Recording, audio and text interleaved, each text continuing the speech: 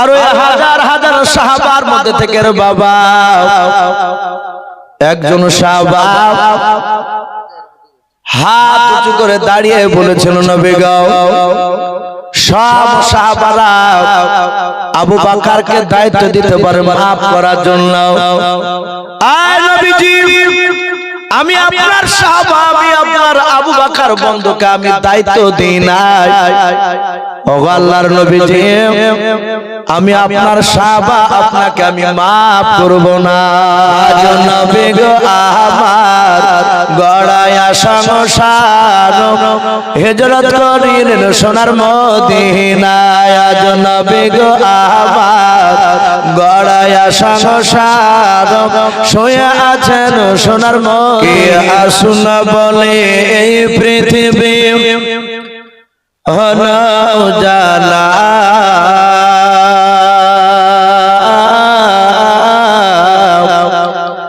কে গাইল এসে সামের গারু শূন্য কাফেলা, কে আসুনা বলে এই পৃথিবী হলো জালা,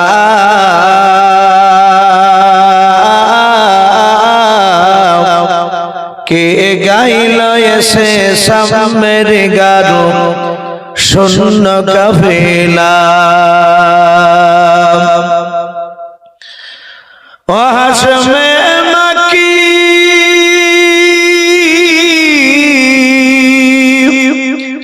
ও হাশমে মাকি মাদানী শাহে মদিনা,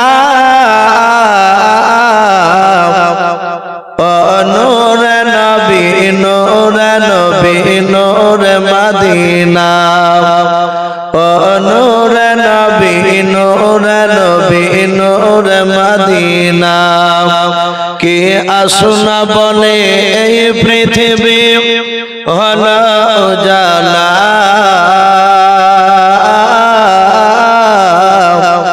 কে গাইল এসে সামের গারু শূন্য কাফেলা। হযরতে ওমর করতে কতল নবীর দারে যায়,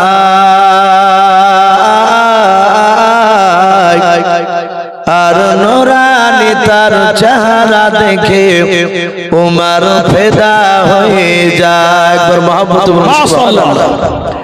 হযরতে ওমর করতে কতল নবীর দারে যায়,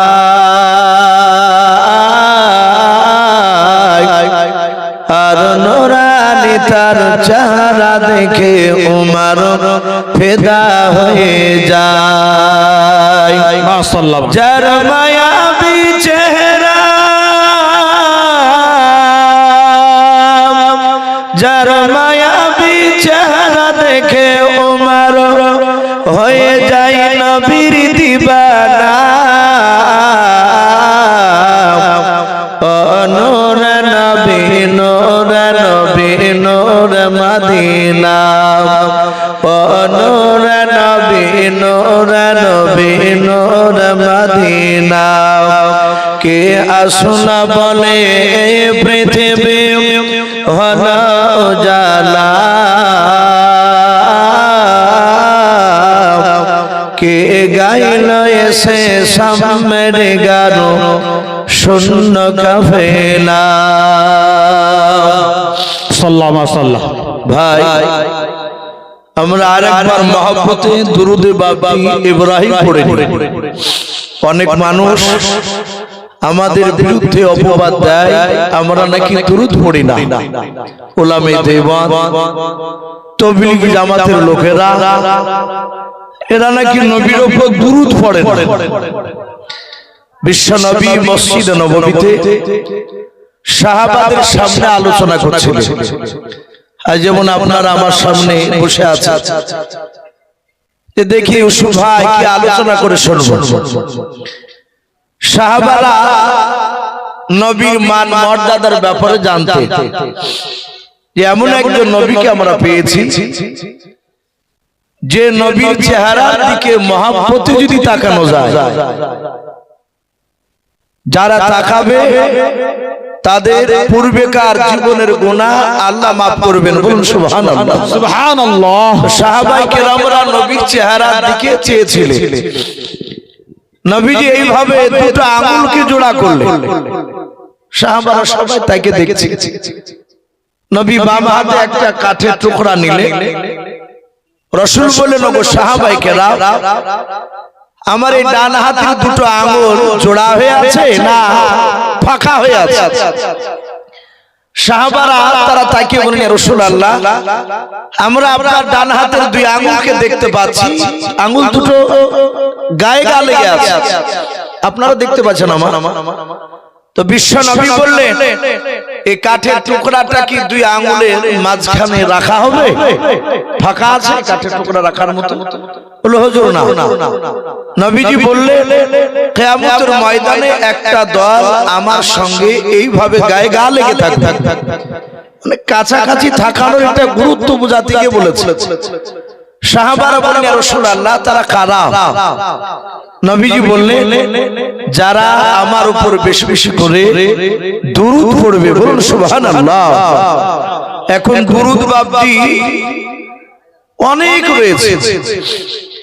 শরীয়ত সম্মত যদি দুরূদ হয় তাহলে বাবজি আপনি যে কোনো দুরূদ পড়তে পারবেন।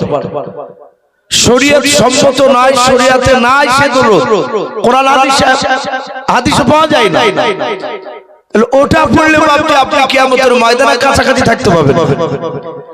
আমরা যে দুরূদটা পাঁচ ওয়াক্ত নামাজে পড়ি, আমরা আরেকবার মহব্বতে বাবজি পড়িনি, আল্লাহুম্মা সাল্লি আলা মুহাম্মাদি ওয়া আলা আলি মুহাম্মাদ কামা সাল্লাইতা আলা ইব্রাহিম ওয়া আলা আলি ইব্রাহিম ইন্নাকা হামিদুম মাজিদ। আল্লাহুম্মা বারিক আলা মুহাম্মাদি ওয়া আলা আলি মুহাম্মাদ কামা বারাকতা আলা ইব্রাহিম ওয়া আলা আলি ইব্রাহিম ইন্নাকা হামিদুম মাজিদ। সাল্লাল্লাহু তাআলা আলাইহি ওয়াসাল্লাম। এই মাওলানা উপরে আসো, জায়গা আছে, আসো আসো আসো ভাই, একসঙ্গে পড়েছি।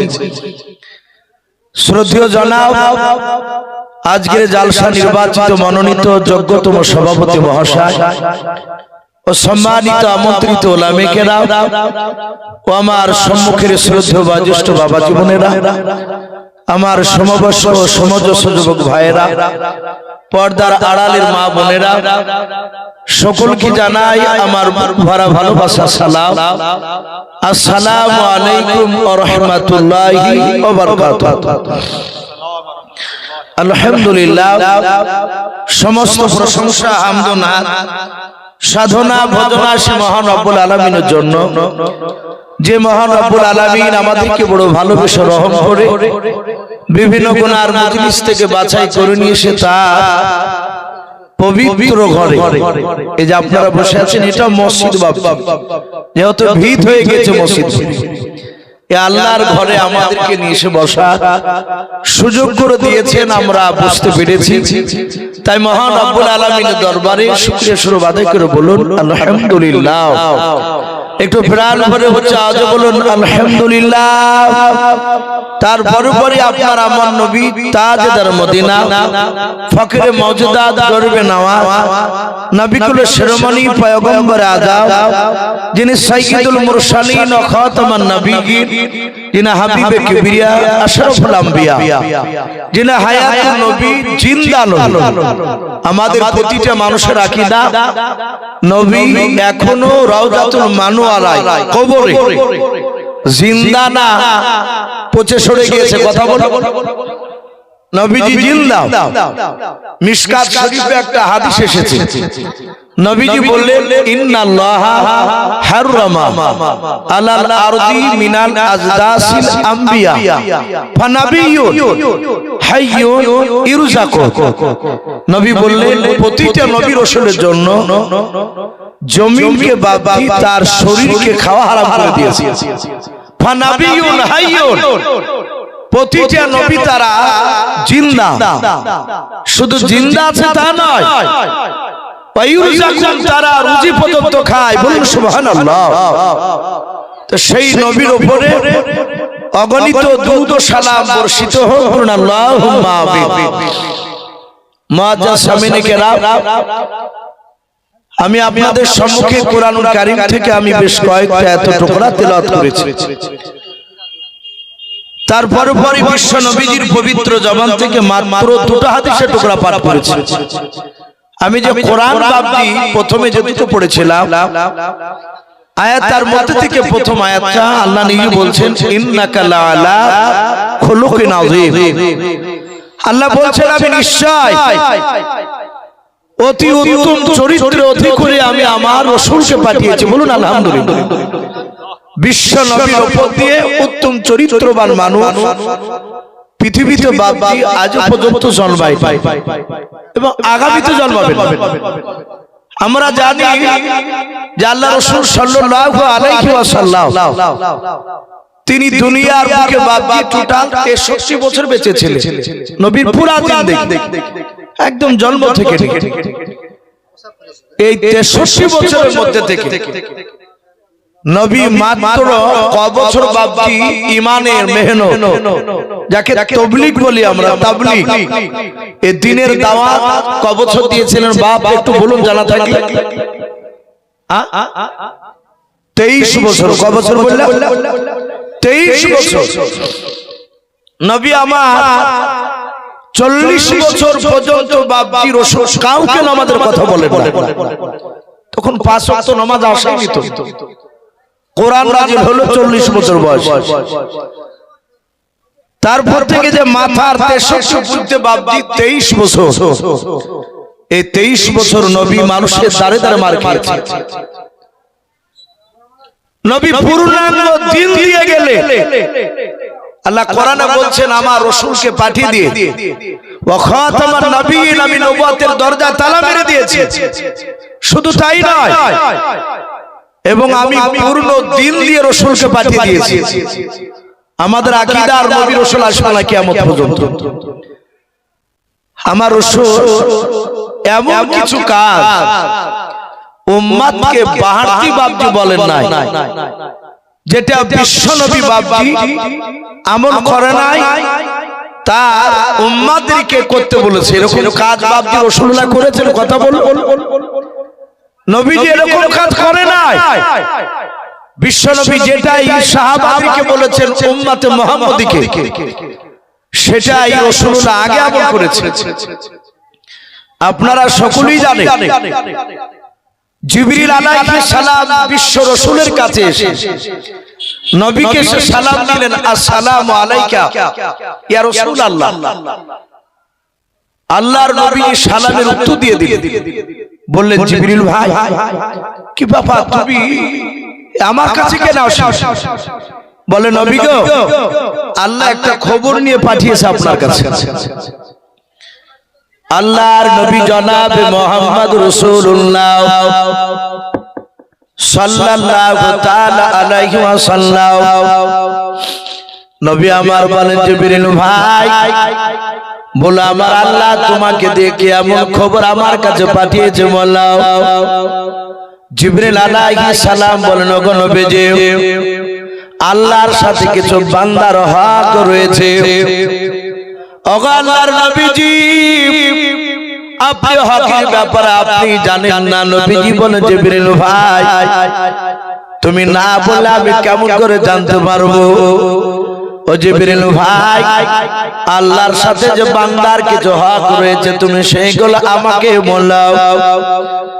আল্লাহর নবীর কাছে জিবরিল আলাইহিস সালাম তিনি বললেন, ওগো আল্লাহর নবীজি, বান্দার সাথে আল্লাহর হক 5 ওয়াক্ত নামাজ আদায় করা, পড়াও, রোজা রাখাও, হজ ফরজ হলে হজ আদায় করাও, যাকাতের বাবদি অজিব যাকাত দেওয়ার ক্ষমতা হলে তাকে যাকাত দেওয়া লাগবে।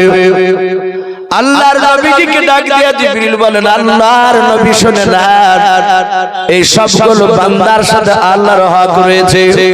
ওগো আল্লাহর নবীজি দুনিয়ার বুকের একজন মানুষ যদি সারা জীবন মৃত্যু পর্যন্ত এক ওয়াক্ত যদি সে নামাজ আদায় না করে ওই লোকটা সারা জীবন মদ খেয়ে গিয়েছে, জেনা করে গিয়েছে। এক কথায় আল্লাহর কোরআনের বাপ যে আপনার আয়াতকে মানে না, আল্লাহর সংবিধানকে বাপ যে সে এড়ে চলেছিল। আল্লাহর নবী বলে জিবরিল ভাই ওই লোকটা যদি সারা জীবন যদি এক রাকাত যদি নামাজ না পড়ে ওর ব্যাপারে কি হবে? জিবরিল তাড়াতাড়ি তুমি বলো। জিবরিল নবীজিকে বলেন আল্লাহর নবী ওই ব্যক্তি মারা যাওয়ার পর কিয়ামতের ময়দানে যেদিন কোটি কোটি মানুষের সমাগম হবে ওই দিন আল্লাহ ফেরেশতাকে ডেকে বলবে ওরে আমার ফেরেশতারা দেখো এই বান্দার জীবনে কোনো নেকি আছে কি না তার আমলনামাটা খুলে দেখো।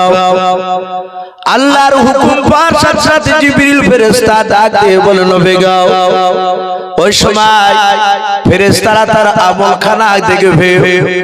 ওগো আল্লাহর নবীজি ফেরেশতারা তার সারা জিন্দেগীর আমলখানা দেখার পর বলবে আল্লাহ ওর জিন্দেগিতে একটা ভালো কাজ করে নাই, একটাও নেকি লেখা নাই। আমার আল্লাহ বলবেন ফেরেশতা তাহলে কি করা লাগবে বলো? ফেরেশতারা উত্তর দিবে আল্লাহ আপনার কথা অনুযায়ী এই লোকটা জাহান্নাম ছাড়া তার কোনো জায়গা নাই, এই জাহান্নামে চলে যাবে। আপনি হুকুম দেন জাহান্নামে পাঠিয়ে দেব। আমার আল্লাহ রহমতের দশ বাপ ডুব দিয়ে দেবে।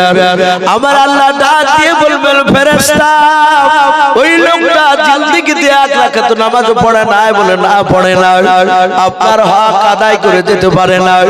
আমার আল্লাহ ডাক দিয়ে বলবেন ফেরেশতা আমি আল্লাহ তার জীবনের সব গুনাহ আমি মাফ করে দিলাম এবং জাহান্নাম থেকে তাকে জান্নাতে দিয়ে দিলাম। বলুন সুবহানাল্লাহ সুবহানাল্লাহ। সঙ্গে সঙ্গে বাপজি ফেরেশতারা বলবে আল্লাহ এ তো নেকির কাজ করে না। ফেরেশতার কথা শুনে কোটি কোটি মানুষের সমাগম সেদিনকার। সারা কিয়ামতবাসী যদি আল্লাহর বিরুদ্ধে স্লোগান দেয় ওগো আল্লাহ এই লোকটা জীবনে তোমার কথা শুনে না, এক রাকাত নামাজ পড়ে না, তুমি এই লোকটাকে জাহান্নাম থেকে জান্নাতে দিলে, একে জাহান্নামে দিয়ে দাও, জান্নাত থেকে তুলে ফেলে দাও। আচ্ছা বলেন সেদিন আমরা আল্লাহর বিরুদ্ধে প্রতিবাদ করে কিছু করতে পারবো? আল্লাহ বলবে আমার ইচ্ছা আমি তাকে দিয়েছি, তোদের কিছু করার নেই। এটাই জিবরিল বললেন ওগো নবী এ হচ্ছে আল্লাহর হক বান্দার সাথে। আমার আল্লাহ বলেন বিদেশি মেহমানদের যদি খেতে কেউ বাকি থাকেন তাহলে আপনারা খাওয়া দাওয়া করে আসুন, খাবার আমাদের গুটিয়ে নেবে। আপনারা এক্ষুনি আমাদের পিছন দিয়ে দক্ষিণ দিকে ঢুকে গিয়ে আপনারা সেখানে গিয়ে খেয়ে আসুন। মহিলারাও যদি কেউ খেতে বাকি থাকেন তিনারাও গিয়ে খেয়ে আসুন এবং বিদেশি মেহমান যিনারা খাওয়া দাওয়া হয়নি তিনারা গিয়ে খাওয়ার কাজ সেরে আসুন, খাবার আমাদের গুটিয়ে নেবে। তো ভাই আমি বলছিলাম জিবরিল বলছেন ওগো নবী হুকুকুল ইবাদ, এবার বান্দার সাথে কিছু বান্দার হক রয়েছে। এতক্ষণ ধরে বুঝালেন জিবরিল আলাইহিস সালাম বিশ্ব নবীকে আল্লাহর সাথে বান্দার হক। নবীজিকে বলে ওগো নবী বান্দার সাথে কিছু বান্দার হক রয়েছে। যদি কোনো মানুষ অন্য কোনো মানুষকে যদি বাপটিকে আঘাত দেয়, সে হাতের দ্বারায় হোক, জবানের দ্বারায় হোক কিংবা পায়ের দ্বারায় হোক, নবী বললেন ওগো জিবরিল এই ব্যাপারে বলো। বলে নবী গো সেই বান্দা তার মৃত্যুর আগে যাকে আঘাত দিয়েছে, অন্যায় করে কথা বলেছে, তার কাছ থেকে যদি সে ক্ষমা না চায় আমার আল্লাহ কিয়ামতের ময়দানে ওই বান্দাকে মাফ করবে না। বাপজি এত কঠিন বলা হয়েছে। নবীজি এই কথাটা সাহাবাদের সামনে বাপজি বলেছিলেন। হাদিসে পাওয়া যায় আল্লাহ রাসূল সাল্লাল্লাহু তাআলা আলাইহি ওয়াসাল্লাম মৃত্যুর শয্যায় ছটফট করছে।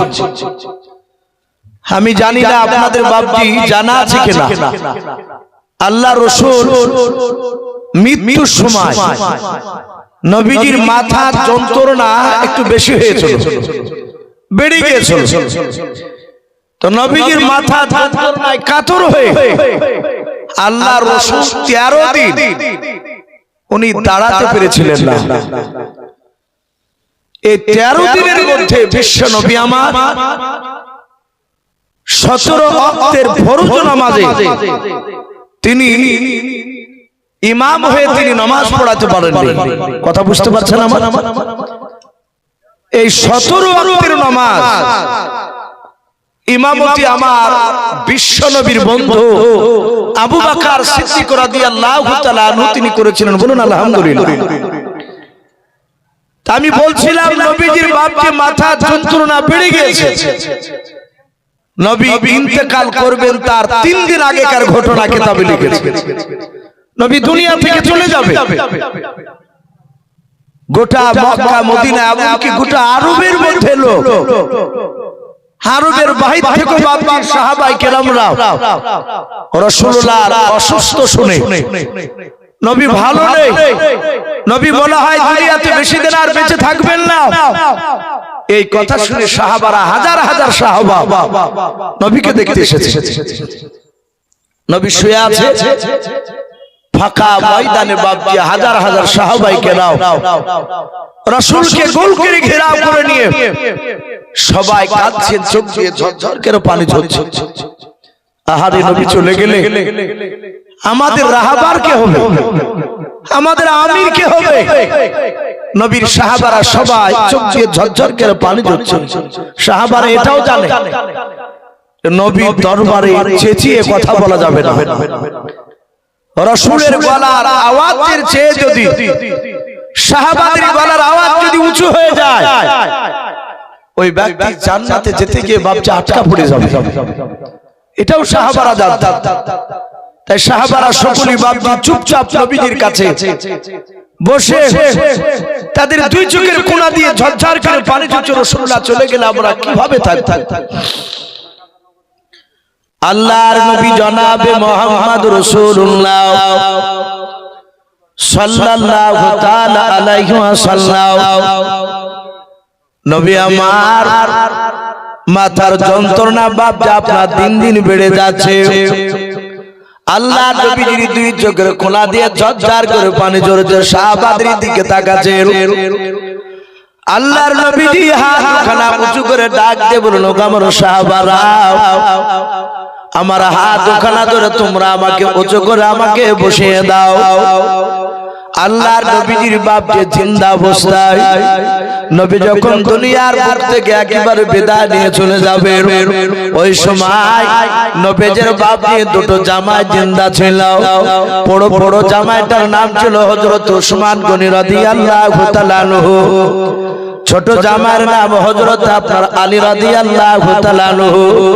ও বাপজি ভাইরাও, দেখবেন কোন মানুষ যদি বাপজি মারা যায় পাড়ার গোসল করে নিয়ে কাফন পরে নিয়ে বাবা জানাজার মাঠে নিয়ে যায়, মানুষেরা বাপজি এলাকার প্রতিবেশী তার বন্ধুরাও তার আত্মীয় স্বজনরাও সবাই কাতার বেঁধে বাপজি দাঁড়িয়ে যায় জানাজা পড়ার জন্য। কিন্তু দেখবেন ওই মাইয়াতের বাপজি খাটির দুই পাশে বাবা তার কাছের লোক ছাড়া বাপজি দূরের লোক দাঁড়ায় না, দাঁড়ায়।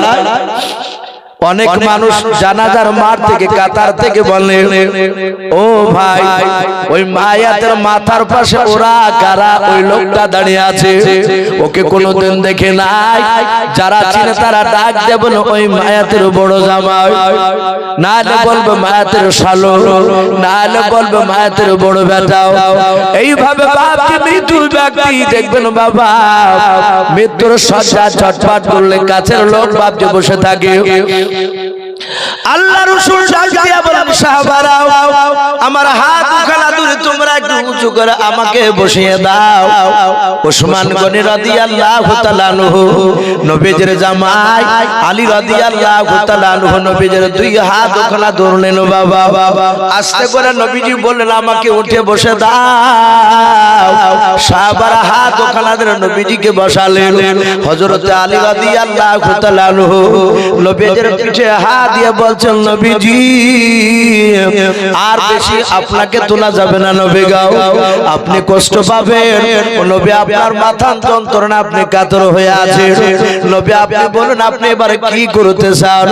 সাহাবারা তারা দুজনায় বাপকে তুলে ধরলেন।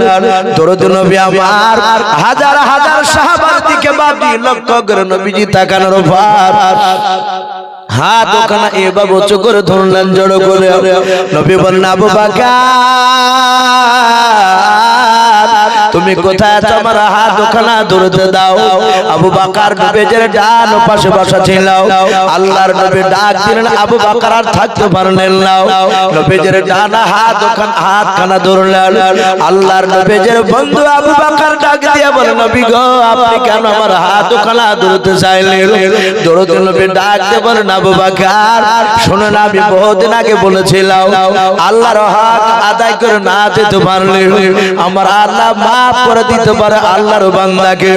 ওরে আমার সাহাবা আমার জিবরিল ওই সময় বলেছিল ওগো নবীজি বান্দার সাথে বান্দার কিছু হক রয়েছে মৃত্যুর আগে ওই হকগুলো আদায় করে না দিতে পারলে নবী গো কিয়ামতের ময়দানে আল্লাহ তাকে মাফ করবেন না। আল্লাহর নবী বলেন ওরে আমার আবু বকর শুনে না আমি নবী রাসূল হলে তো আমি তো আল্লাহর বান্দা। ওরে আমার আবু বকর আমার সঙ্গে অনেক জায়গায় তুমি গিয়েছো, অনেক জায়গায় তোমাকে আমি নিয়ে গিয়েছি রে আবু বকর। আমি জবান দিয়ে কথা বলেছি, হাত দিয়ে তোমাকে কথা বলেছি। ওরে আবু বকর আমার হাতের দ্বারায় জবানের দ্বারায় পায়ের দ্বারায় যদি তুমি আঘাত পেয়ে থাকো আবু বকর এই আবু বকর আমি আর বেশি দিন দুনিয়ার মুখে বেঁচে থাকবো না। ওরে আবু বকর আমার হাতে দ্বারায় পায়ে দ্বারায় জবানের দ্বারায় যদি আঘাত পেয়ে থাকো ওরে আবু বকর হয় তুমি হাজার হাজার লোকের সামনে আমাকে ক্ষমা করে দাও নতুবা তার প্রতিশোধ বদলা নিয়ে নাও। বলুন সুবহানাল্লাহ। ভাবতে পারে সারা পৃথিবীর শ্রেষ্ঠ নবী আমার আবু বকরের কাছে বাপজি রাসূলুল্লাহ হাত ধরে ক্ষমা চাইছে। ও বাপজি আপনাদের এটা কি বিশ্বাস যে নবীর গুনাহ আছে? কথা বলো। নবীদের গুনাহ নাই। মায়েশা সিদ্দিকা রাদিয়াল্লাহু তাআলা আনহা বলে আমি নবীর মুখ থেকে শুনেছি নবী ডান দিকে আর বাম দিকে আর সামনের পেছন দিকে চারিদিকের গুনাহ মাফ। আর সেই নবী বাপজি আবু বকরের কাছে ক্ষমা চাইছে। হযরত আবু বকর নবীজির হাত দুখানা জোরে জোরে কাঁদছেন আর বলছেন ওগো নবী আপনি অন্যায় করেন। ওগো রাসূল আমি আপনার কাছে অন্যায় করেছিলাম। নবী সেই দিন আমি আপনাকে প্রথমে চিনতে পেরেছিলাম না। আল্লাহ রাসূল বললেন আবু বকর তুমি কবে বেয়াদবি করেছিলে? বলছেন নবী গো আমি আপনাকে সত্য নবী বলে আমি অতটা জানতাম না। আমি আপনার উপর ঈমান আনার আগে আমি কাপড়ের ব্যবসা করতাম। হাদিসে পাওয়া যায় আবু বকর কাপড়ের ব্যবসা করতেন। উনি সামনে এসে ব্যবসায় গিয়েছে। আবু বকর সিদ্দিক রাদিয়াল্লাহু তাআলা আনহু কাপড় বিক্রি হয়ে গেছে, মাল নেই। তো উনি ওই বাজারটা ঘুরছিলেন আবু বকর। নবীকে তখনও বাপজি রাসূল বলে মানি নিতে পারেন। ওই হাতে বাপজি বড় বাজার ঘুরে বেড়াচ্ছে। কিতাবে লিখেছে ওই বাজারে এক ইহুদি আলেম পণ্ডিত যারা খ্রিস্টান গির্জায় ইমামতি করে তাদেরকে পাদ্রী বলা হয়। আমি গত মোটামুটি আপনার দিন 10 মনে হয় হতে পারে, খুব বেশি দিন হয়নি। আমি চাপড়া এলাকায় একটা জালসায় ছিলাম। তো ওখানে বাপজি প্যান্ডেল করেছে গির্জার মাঠে। এভাবে বক্তব্য দিচ্ছে এখানে আর সামনে বিরাট গির্জা। ওখানে মুসলমানও আছে, খ্রিস্টানও আছে। তো খ্রিস্টান গির্জায় যারা ইমামতি করে তাদেরকে পাদ্রী বলা হয়, ইহুদি তারা আলেম। তো কেতাবে লিখেছে ওই ইহুদির বড় আলেম, তার নাম বুহাইরা রহিম, কেতাবে নাম এসেছে। এই বুহাইরা রহিম বুকে করে বাপজি তওরাত কিতাবকে নিয়ে বেড়াচ্ছিল। আসমানি কিতাব তওরাত। আমরা জানি বড় বড় আসমানি কিতাব হচ্ছে চারখানা, কোরআন শরীফ, তাওরাত, জাবুর যাকে জুবুর বলি, আর ইনজিল। বাদ বাকি আরো যে কিতাবগুলো এসেছিল ছোট ছোট কিতাব, ওগুলোকে বাপজি সহিফা বলা হয়। তে তাওরাত কিতাব ওই ইহুদির পণ্ডিত বুকে করে নিয়ে বাপজি চলে বেড়াচ্ছিল, ওই হাটে ঘুরে বেড়াচ্ছিল। হঠাৎ করে আবু বকরকে বাপজি দেখেছে যেতে। দেখার পর ইহুদের আলেমটা সামনে গিয়ে বলল, এই ভাই একটু দাঁড়াও। আবু বকর দাঁড়িয়ে গেলেন, বলে কি হলো ভাই, তুমি আমাকে কেন দাঁড়াতে বললে? ইহুদের আলেমটা তাওরাত কিতাবটা বাপজি খোলার পর আবু বকর পা থেকে মাথা পর্যন্ত দেখিলাম। দেখার পর বলে, ভাই তোমার নাম কি? আবু বকর। আবু বকর বলে, ভাই আমার নাম আবু বকর। ইহুদের আলেমটা আবার বলল, ভাই তোমার আব্বার নাম কি? আবু কুহাফা। হযরত আবু বকর ডাক দিয়ে বলে, হ্যাঁ আমার আব্বার নাম আবু কুহাফা। ওগো ভাই আমি তোমার নাম জানি না, তুমি কে? আমার নাম আমার আব্বার নাম তুমি কেমন করে জানলে বলো? ইহুদের আলেমটা বলল, ভাই দয়া করে একটু তোমার পৃষ্ঠ মোবারক খানা দেখতে চাও, একটু তোমার পেছন দিককার পিঠের জামাটা একটু সরাও, আমি একটু দেখবো পিঠে তোমার কালো রঙের দাগ পাওয়া যায় কিনা। আবু বকর বলল, আমি পিঠে কালো রঙের দাগ দেখাতে দেব না, আমি জামাটা উঠাবো না। ওই ইহুদের আলেম ডাক দিয়ে বলল, আবু বকর এই তাওরাত কিতাবে পড়েছি আখিরি জামানার পয়গম্বর জনাবে মুহাম্মদ রাসূলুল্লাহ সাল্লাল্লাহু তাআলা আলাইহি ওয়াসাল্লাম যিনি নবী হবেন, ওই নবীর জানের বন্ধু হবে, তার নাম আবু বকর। ওরে ভাই এই কিতাবে লেখা আছে আবু বকর আব্বার নাম আবু কুহাফা। ভাই রে, যদি তোমার পিঠে যদি কালো রঙের দাগ থাকে শুনে নাও, গোটা পৃথিবীর মানুষ যদি একদিকে হয়ে যায় আর তোমার সঙ্গে ওই নবীর সঙ্গে বন্ধুত্ব কেউ কাটাতে পারবে না। ও বাপজি ভাইরাও, আবু বকর সিদ্দিক রাদিয়াল্লাহু তাআলা আনহু ওই দিনের কথাটা বাপজি বিশ্বাস করেছিল না। সেই আবু বকর নবীর হাত দুখানা জুড়ে জুড়ে কাঁদে কেঁদে বলেন, ওগো আল্লাহর নবীজি বেয়াদবি করে ফেলেছি নবী, আপনাকে আমি চিনতে পেরেছিলাম না, আপনি আমাকে ক্ষমা করে দেন নবী, আপনি কোনোদিন বেয়াদবি করেন না, আপনি আমার কাছে কোনো অন্যায় করেন নাই নবী, আমি আপনার কাছে অন্যায় করে ফেলেছি, আপনি আমাকে ক্ষমা করে দেন। আল্লাহর নবী আবু বকর মাথা হাত তুলে বলেন, আবু বকর রে, আমি রাহমাতুল লিল আলামিন পয়গম্বর, আমি দুনিয়াতে বদলা নিতে আসি নাই, বলুন সুবহানাল্লাহ। ওরে আবু বকর আমি ক্ষমা করে দিয়েছি তোমাকে।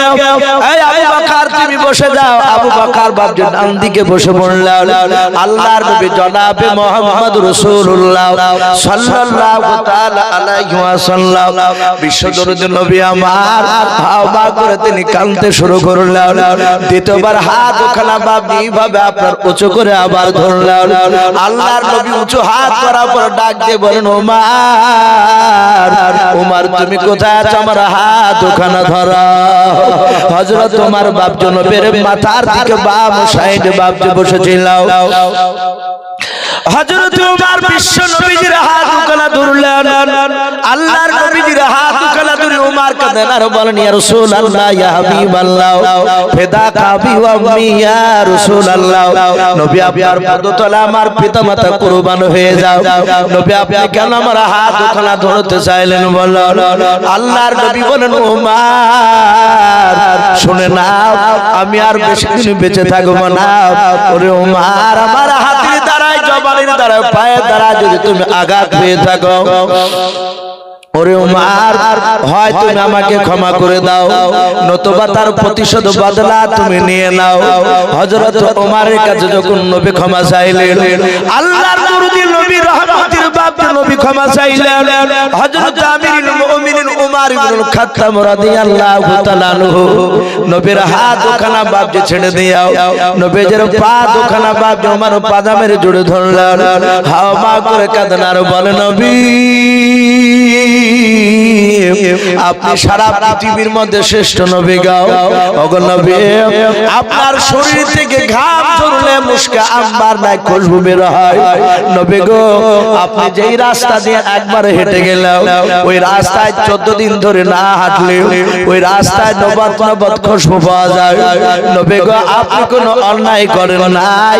ওগো আল্লাহর নবীজি, আমি আপনার পা দুখানা জুড়ে জুড়ে কাঁদি, ওগো নবী ক্ষমা চাই, আমি আপনার কাছে চরম অন্যায় করে ফেলেছিলাম। বিশ্ব নবী বলেন, কবে অন্যায় করেছিলেন? ওমর বলছে, নবী ওই দিন যেদিন আমি আপনাকে চিনতে পেরেছিলাম না, আগো নবী আমি আপনাকে তলোয়ার নিয়ে যাচ্ছিলাম জবাই করতে, সেই দিন বড় ধরনের আমি অন্যায় করে ফেলেছিলাম। রাসূল, আমি তো আপনার চেহারা থেকে ঈমান আনার আগে, তলোয়ার দিয়ে আপনাকে মারার আগে আমি একটা দিন আপনার চেহারার দিকে ভালো করে তাকাই এবং আপনার কথাগুলো শুনতাম না, আপনার সাহাবাদের কথা শুনতাম। আপনার সাহাবা, আপনি গেলে মুখ ফিরিয়ে নিতাম এবং এইভাবে কানে আঙুল দিয়ে আমরা চলতাম। আর আবু জেহেল বলেছিল, লা তাসমাউ লিহাদাল কুরআন, খবরদার তোমরা কোরআন শোনো না। আবু জেহেল বলেছিল, মুহাম্মদ সাল্লাল্লাহু আলাইহি ওয়াসাল্লামকে দেখলি দূর থেকে কানে আঙুল দেবা, না হলে তুলো ভরে রাখবা। বাপজি, পৃথিবীতে এখন এক শ্রেণীর আলেম রয়েছে, আশা করি ইউটিউবে বাপজি ফেসবুকে দেখছে, এক আলেম আরেক আলেমকে কাফের ফতোয়া দিচ্ছে, বলে তাবলীগ জামাত মসজিদে ঢুকতে দিও না, যদি ঢুকে যায় ওদেরকে ঘাড়ে ধাক্কা দিয়ে বের করে দিও এবং মসজিদকে সাবান দিয়ে ধৌত করো, ওদের সাথে মুসাফা করা যাবে না, ওরা জালসা করলে ওদের ওয়াজ শোনা যাবে না। কথা বলে কি বলে না? কথা বলো। আমি নাম করছি না, আশা করি বুঝতে পারছি। এটা ছিল আবু জেহেলের বাপটি কথা। আবু জেহেল জানতো যে আল্লাহর রাসূলের কথা 5 মিনিট যদি কেউ শুনে ওই লোকটা নবীওয়ালা হয়ে যাবে। বলুন সুবহানাল্লাহ। আমার দলে থাকবে না। দুনিয়া তো যারা এক শ্রেণীর ওই আলেম, ওই লোক যারা হকানি জালসা তাবলীগের কথা থেকে দূরে সরে দেয়, ওরাও জানে যে এদের কথা শুনলে আমাদের ভন্ডামোটা ধরা পড়ে যাবে। বাপজি আমার সোনা লালেরা, এরা জানতো আবু জেহেলকে না, উমরকে মুহাম্মদ সাল্লাল্লাহু আলাইহি ওয়াসাল্লামের কথা শুনতে দেওয়া যাবে না, আমার দলের লোক ওদের কাছে বসতে দেওয়াই যাবে না। আমার বিশ্ব নবীকে বলছে, নবী আমি সেদিন আমি চরম অন্যায় করেছিলাম, নবী আপনি ক্ষমা করে দেন। হযরত ওমর কাঁদছিলেন, হাজার হাজার সাহাবা ছিলেন। কিতাবে লিখেছে উরাইকা রাদিয়াল্লাহু তাআলা আনহু বলে নাও, আরো কয়েকজন সাহাবা নবীজিকে বললেন, ইয়া রাসূলুল্লাহ, ইয়া হাবিবাল্লাহ, আমার বাড়ি শাম দেশে। আরেক সাহাবা বলেন, আমার বাড়ি সিরিয়ায়। আরেক সাহাবা বলল, ওগো নবী, আমার বাড়ি অনেক দূরে। নবী গো, আমি বহুদিন পর ঈমান আনার পরে ওমরকে দেখেছি, ওমর আপনার জানের সাথী, আপনার বন্ধু, কিন্তু এই উমর আপনাকে নাকি মারতে গিয়েছিল, এটা সাহাবাদের মুখে শুনেছি, নবী আপনার মুখে শুনেছি। ওগো আল্লাহর রাসূল, আমরা অনেকগুলো সাহাবা রয়েছি যারা উমরের ঈমান আমরা সচক্ষে দেখেছিলাম, কথা শুনেছিলাম, উমরের মুখ থেকে শুনি নাই। ওগো দয়ার নবী, আপনি একটু উমরকে বলতে হলো উমর কিভাবে আপনাকে মারতে গিয়েছিল। আমার বিশ্ব নবী বলেন, সাহাবা তোমরা শুনবা। নবীজি বললেন, উমর তুমি আমাকে প্রথম যেদিন মারতে এসেছিলে সেই দিনকার ঘটনাটা একটু তুমি এই হাজার হাজার সাহাবার সামনে বলো। ওমর হাউ হাউ করে কাঁদছেন আর বলছে, নবী বড্ড কষ্ট পায়।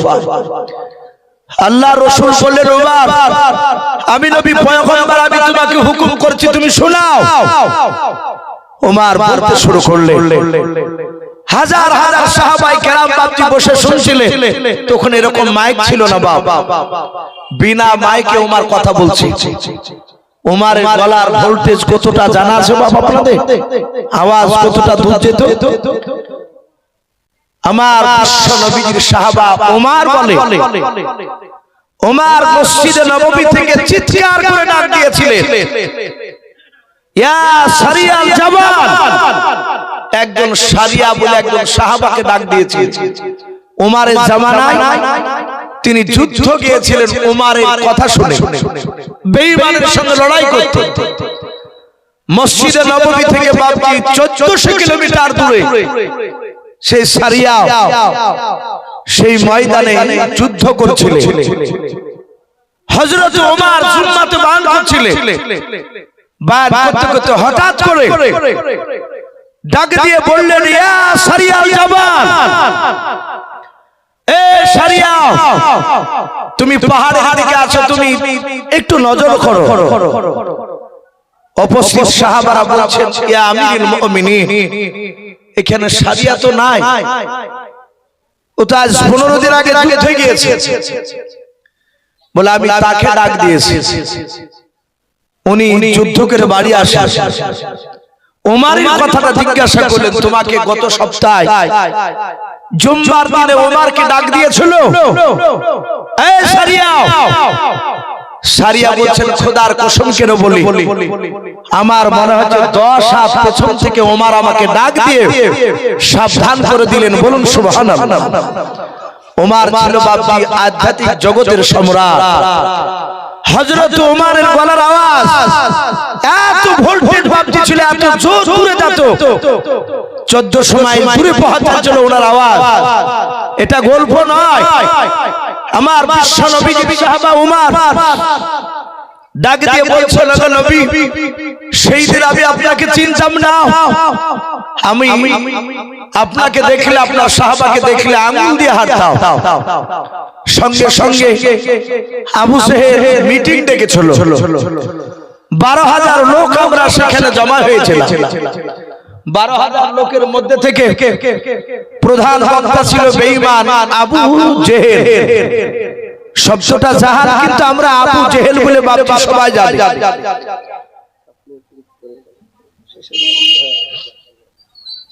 ডাক দিয়ে বলল, ওগো আল্লাহর রাসূল, ওই জায়গায় বেঈমান আবু জেহেল বলল, এই কেউ কি আছো? আমার দলের কোন লোক মুহাম্মদ সাল্লাল্লাহু আলাইহি ওয়াসাল্লামের মাথা কাটবা? ওগো আল্লাহর রাসূল, আমি সবারই পেছনে ছিলাম, আমি নওজোয়ান উমর সবারই পেছনে বসা, কেউ হাত উঠায় না, সবাই তাকাতাকি করে।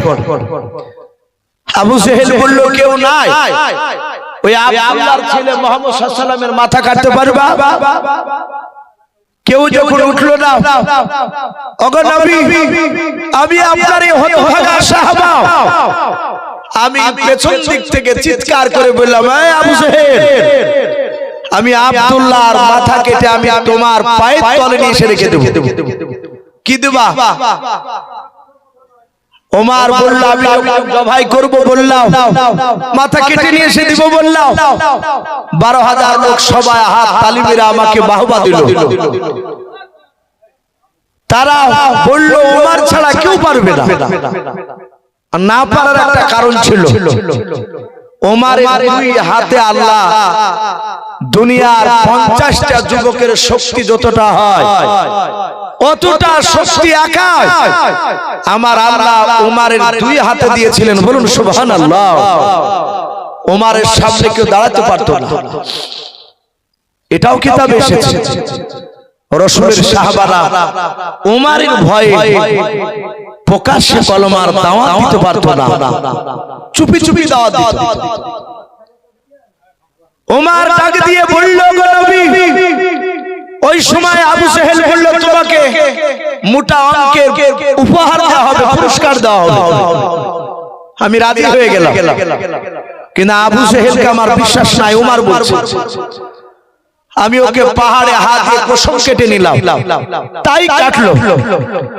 ওগো আল্লাহর রাসূল, আমি অলুনা তলোয়ার খানা নিয়ে আমি ছুটছিলাম আপনার মাথা কাটার জন্য, আপনি যেখানে ছিলেন নবী।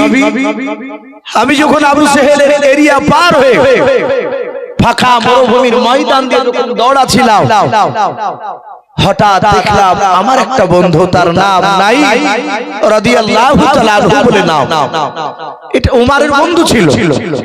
কিন্তু হযরত নাই ওমর ঈমান আনার 4 দিন আগে যে বাপজি খলেমা পড়েছে তা ওমর জানে না। ওমর ভাবছে ও ইহুদি, ও বেঈমান, আমার দলের লোক। নাইমটাকে উত্তেজিত অবস্থায় দৌড়াতে দেখে তার চেহারা দেখেছো ভয়ঙ্কর, নবীকে মারতে যাবে। আবু জেহেল ওমরের মস্তিষ্ককে নষ্ট করে দিয়েছে যে রাসূল হচ্ছে আমাদের দুশমন বাপ দাদা। নাইম বলে, এই ওমর ভাই, এই ওমর।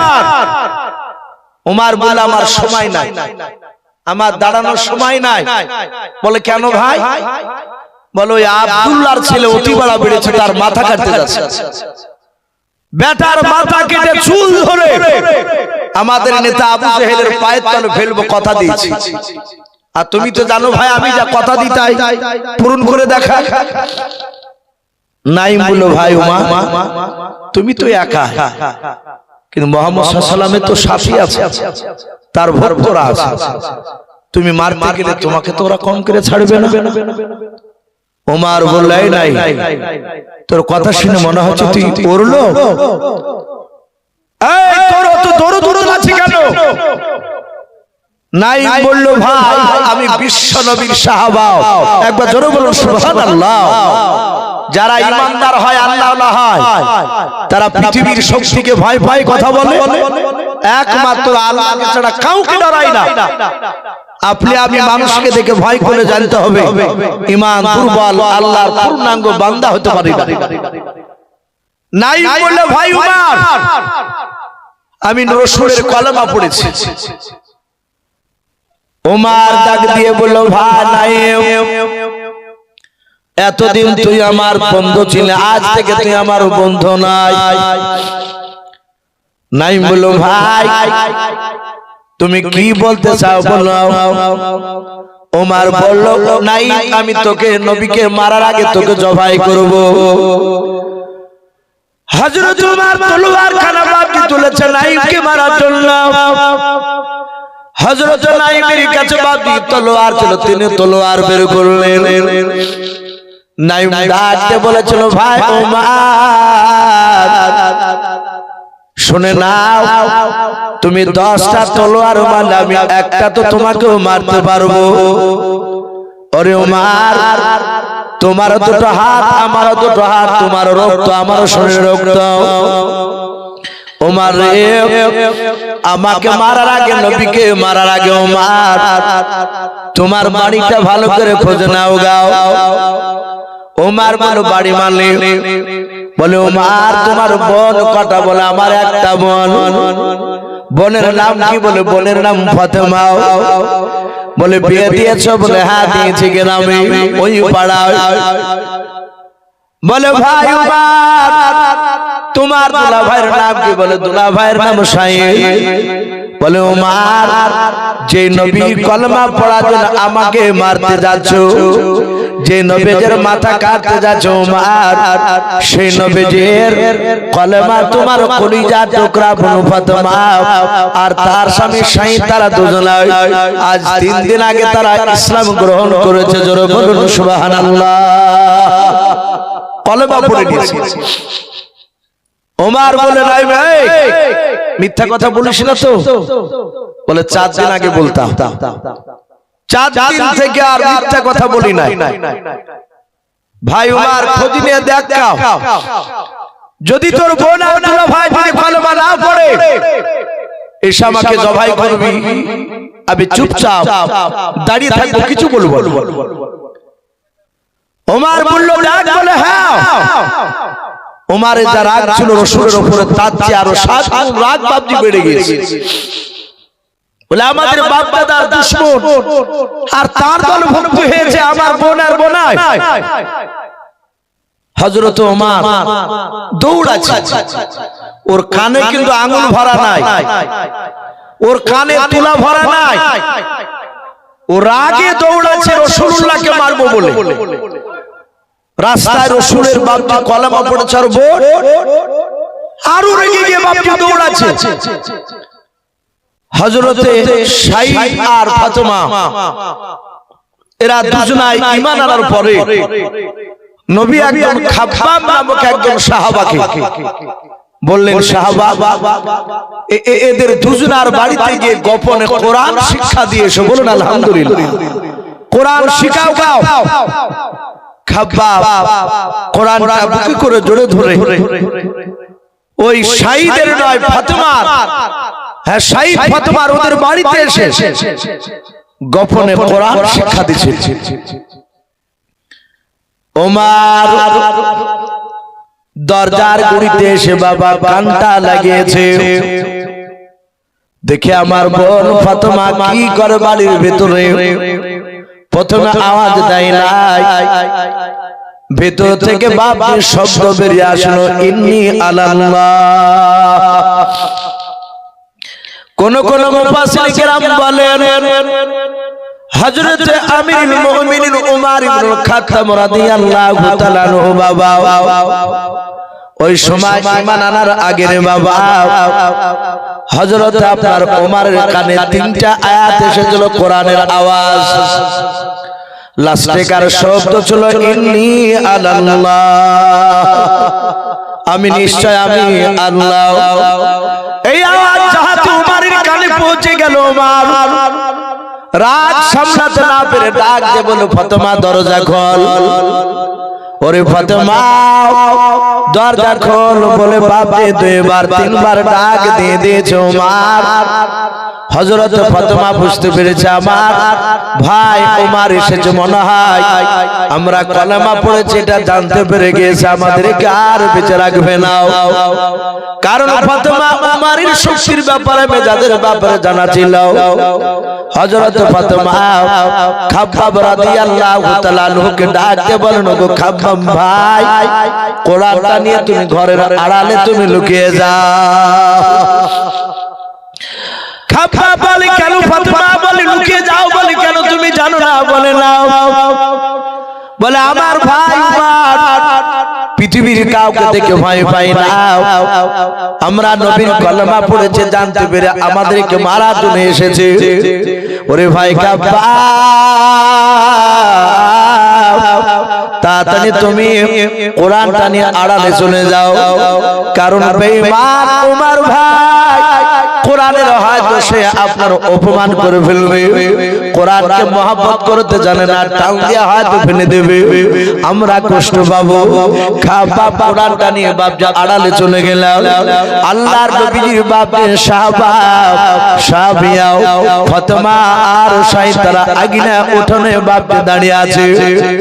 ওমর 3বার চিৎকার করে ডেকে যখন দরজা খুলতে দেরি হয়ে গেল, ওমার ডান পা দিয়ে বাপজি দরজা লাত মেরে দিল, দরজা ভেঙে গেল। ওমার তলোয়ার খানা বাপজি ডান হাতে ধরে আছে। ওমার বাড়িতে প্রবেশ করানোর পর নিজের দোলা ভাই শাহিদের বাবা বাম হাত দিয়ে শাহিদের দাড়ি কানাকে বাপজি ধরে ফেলল। দাড়ি কানা ধরে টান দেওয়ার বলে, ওরে শহীদ ভাই, শুনলাম তুমি নাকি কলমা পড়ে নিয়েছো। শহীদ বলো, ভাই ওমর, শুধু আমি একাই নাই, তোমার বোন কলমা পড়েছে। ওমর রেগে গেল, বাপ হাতে দাড়ি কানা ধরে বাপজি ঝাটকা টান মেরে ওমরের ভাই দুলা ভাইকে ফেলে দিল। ওমরের দুলা ভাই শহীদ বাপজি চিৎ করে বাপজি পড়ে গেল। ওমরের শক্তি ঝোল সামলাতে পারে না, মাটিতে যাতে পড়ে গেছে। ওমর তার দুলা ভাইয়ের বুকের উপর বাপজি দাঁড়িয়ে গেল। ওমর চিৎকার করে বলে, আমি তলোয়ারের উল্টো পিঠ দিয়ে মারবো। আয় শহীদ ভাই, আমার পা দিয়ে তোর বুকের বাতা ভেঙে ফেলবো, বল নবীজিকে ছাড়বে কেলাও। ওমর নিজের দোলা ভাইয়ের বাপজি বুকে লাত মারতে লাগলো, পেটে লাত মারতে লাগলো, মুখে লাত মারতে লাগলো। লাত মেরে বাপজি ক্ষান্ত হয় নাই, তলোয়ারের উল্টো পিঠ দিয়ে আঘাত শুরু করে দিল রে বাবা। বারবার মারে আর চিৎকার করে বলে, বল নবীজিকে ছাড়বে কিনা। হযরত ওমর তো তোমারে শহীদের ঈমানের ভোল্টেজ কমে না বাড়ে, জোরে বলে বেড়ে যায়। আল্লাহর নবী বলেন, ঈমানদারকে যত মারবে রে বাবা, তত ঈমানদারের ভোল্টেজ বেড়ে যায়। বলুন সুবহানাল্লাহ। হযরত বেলাল রাদিয়াল্লাহু তাআলা আনহুর বাবা সারা রাত বাপজি উমাইয়া মেরেছিল বেঈমান। সকালবেলা আবু জেহেল উতবা সাহেবাদেরকে ডেকে নিয়ে এসে ওদের হাতে তুলে দিল, একে মারো। মারে আর বলে, ওরে বেলাল, বল নবীজিকে ছাড়বি কিনা বল। বেলাল বলে, না আমি নবীজিকে ছাড়বো না। আহাদ আহাদ আহাদ বাপজি করে। আবু জেহেল বলে, না না এভাবে করা যাবে না, ওর মুখ থেকে আল্লাহর নাম ছাড়তে হলে ওটের পায়ের দড়ি বাঁধে দাও, বেলালের পায়ে দড়ি বেঁধে দাও, পাহাড়ি এলাকা দিয়ে তাকে টেনে হেঁচড়ে নিয়ে বাড়াও। তাই বাড়ানো হলো। হযরত বেলালকে পাহাড়ি এলাকা দিয়ে নিয়ে যায়, উট দৌড়ায়। হযরত বেলাল বাপজি আপনার পাহাড়ের সাথে ধাক্কা লাগে, পাথরে কষ্ট লেগে লেগে রে বাবা হযরত বেলালের চামড়া গোশত এমনকি হাড় পর্যন্ত ক্ষয় হয়ে গিয়েছিল। এই শুধু উটের পায়ে বেঁধে রেখে বাপজি তারা থামে নাই। হাজার হাজার বেঈমানরা সবাই বাগি মক্কার চৌরাস্তার মোড়ে বাপজি তারা দাঁড়িয়ে বেলালকে নিয়ে আসলো। লোহার রডকে বাপজি আপনার তাতালো, পাথরকে তাতানোর পর কত বিক্ষত জায়গায় বেলালের বাপজি চেপে ধরলো। বেলালকে যত কষ্ট দেয় হযরত বেলাল তত মুচকে মুচকে হাসার আল্লাহর নাম নাই। বলুন সুবহানাল্লাহ। আবু জেহেল বলল, ভাই রে, একে আর এভাবে মারা যাবে না। বলে কেন? বলো, যত কষ্ট দিচ্ছি ততই তাকে ভালো লাগে, তত আল্লাহর নাম মধুর শুনে নেয়। ও বাপজি ভাইরাও, যারা ঈমানদার হয় তাদের যত কষ্ট দিবে তত ঈমানের ভোল্টেজ বেড়ে যাবে। হযরত শহীদ ডাক দিয়ে বলেছিল, ভাই উমর, মারতে মারতে যদি ধুলার চাঁদ মিশে দাও তবু আমার কলিজার ভেতর থেকে নবীকে বের করতে পারবে না, আমি নবীজিকে ছাড়া থাকতে পারবো না। হযরত আপনার ওই সুমাইয়া নাই, হযরত ওমরের কলিজার টুকরা বোন ফাতেমা সাইড থেকে দাঁড়িয়ে দাঁড়িয়ে দেখছিল আর বলো, ভাই আমার স্বামীকে তুমি মেরো না। বারবার বাপজি অনুনয় বিনয় করেছিল, শুনল নাও। লাস্ট পর্যন্ত ফাতেমা দৌড়ে গিয়ে নিজের স্বামীর বুকের উপর শুয়ে পড়ল। ডাক দিয়ে বলেছিল, ভাই তুমি আমার স্বামীকে মেরো না, ও ভাই তুমি আমার স্বামীকে মেরো না। চিৎকার করে ডাক দিয়ে বাপজি কাঁদতে কাঁদতে বলতে লাগলো। ওমরের দিলটা বাপজি পাথর ন্যায় হয়েছিল, তখন নূরের জ্যোতি বাপজি জ্বলে ওঠে না। ওমর বাপজির আগে থাকতে না পেরে রে বাবা নিজের বোনকে বাপজি মারতে পর্যন্ত ছাড়লো না। চুলার মুঠি ধরে নিজের বোনকে টান বাপজি পাঁচটা মেরে ফেলে দিল। হযরত ফাতেমা বাপজি আপনার চিতে পড়ে গেল।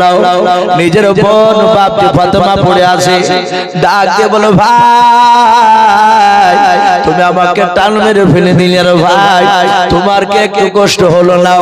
উমার সাপ দিয়ে ফাতেমার বাপজি বুকের উপর দাঁড়িয়ে গেল, বলে বোন ফাতেমা এতদিন তুই কলিজার টুকরা বোন ছিলি, আজ তুই আমার দুশমন, আমার বাপ দাদা দুশমন, তোকে জিন্দা বেঁচে রাখবো না, আমি মারতে মারতে তোকে শেষ করে দিব, তলোয়ার দিয়ে আমি উল্টো পেড়ে দিয়াও আমি তোর শরীরে আঘাত করব। ওমার মারে মারতে মারতে মারতে মারতে বাবা একবার ডাক দিয়ে বলে বল ফাতেমা এত মার মারতেছে রে বল, তোকে এমন কি মোহাম্মদ জাদু করেছে বল, যে জাদু থেকে বেরিয়ে আসতে পারিস না? বল কলমা যদি না ছাড়িস একবার হাত জোড় করে আমার কাছে জানের ভিক্ষা চা। হযরত ফাতেমা হাত খানা জোড় করে কেঁদে কেঁদে বলেছিল, ও ভাই উমার, আমার বিশ্ব নবী বলেছে একমাত্র আল্লাহ ছাড়াও কারো কাছে জানের ভিক্ষা চাওয়া যাবে না। ওরে ভাই তোমার আমি আদরের কলিজা টুকরা বল, তুমি মেলা দেখতে নিয়ে যেতে, বাজারে নিয়ে যেতে গেলে ভাই আমি হাঁটতে না পারলে তুমি কোলে নিয়ে চলে যেতে, কাঁধে করে নিয়ে যেতে। ওরে ভাই ছোটবেলা তোমার নিজ হাতে আমাকে খেয়ে দিতে, তুই হাত দিয়ে তোমার বোনকে মারতে তোমার হাতটাও কাঁপে নাও। ভাই রে আমরা এক মায়ের পেট থেকে বের হয়েছে, আমরা দুই ভাই বোন, ভাই একবারও কি তোমার মায়া হয় না? উমার বাপ যে মনে মনে চিন্তা করলো এত মার মারলাম একবার জানের ভিক্ষা চাইলো না। হযরত উমার ডাক দিয়ে বলে বল ফাতেমা এত মার মারতেছি একবার তুই আমার কাছে বলছিস না নবীকে ছেড়ে দেব? বোনরে আর কিছু বলবো না, অনেক মার মারলাও, তোদের শরীর থেকে রক্ত বেরোচ্ছে, বল আমি ঘরের দরজায় যখন দাঁড়িয়েছিলাম তোরা জানতে পেরেছিলি, আমি ডাক দিলাম তখন তুই জানতে পারলি, তোকে ডাকার আগে আমি কান লাগিয়ে শুনছিলাম কি তোরা করতেছিলাম, আমি দেখতেছিলাম দরজার আড়াল থেকে, কিন্তু বোনরে কে জানো কি জানো পড়তেছিল ইন্নী আনা আল্লাহ, এই শব্দগুলো আমার কানে আসলো। হযরত ফাতেমা ডাক দিয়া বলেছিল ভাই কোরআন পড়ছিলাম, আমার একজন নবীর সাহাবা খাব্বাও আমাদেরকে কোরআন শেখাচ্ছিল। হযরত ওমর বলে কোরআন নিয়ে এসো দেখব, বলে ভাই এই কোরআন তোমাকে স্পর্শ করতে দেওয়া যাবে না। বলে কেন?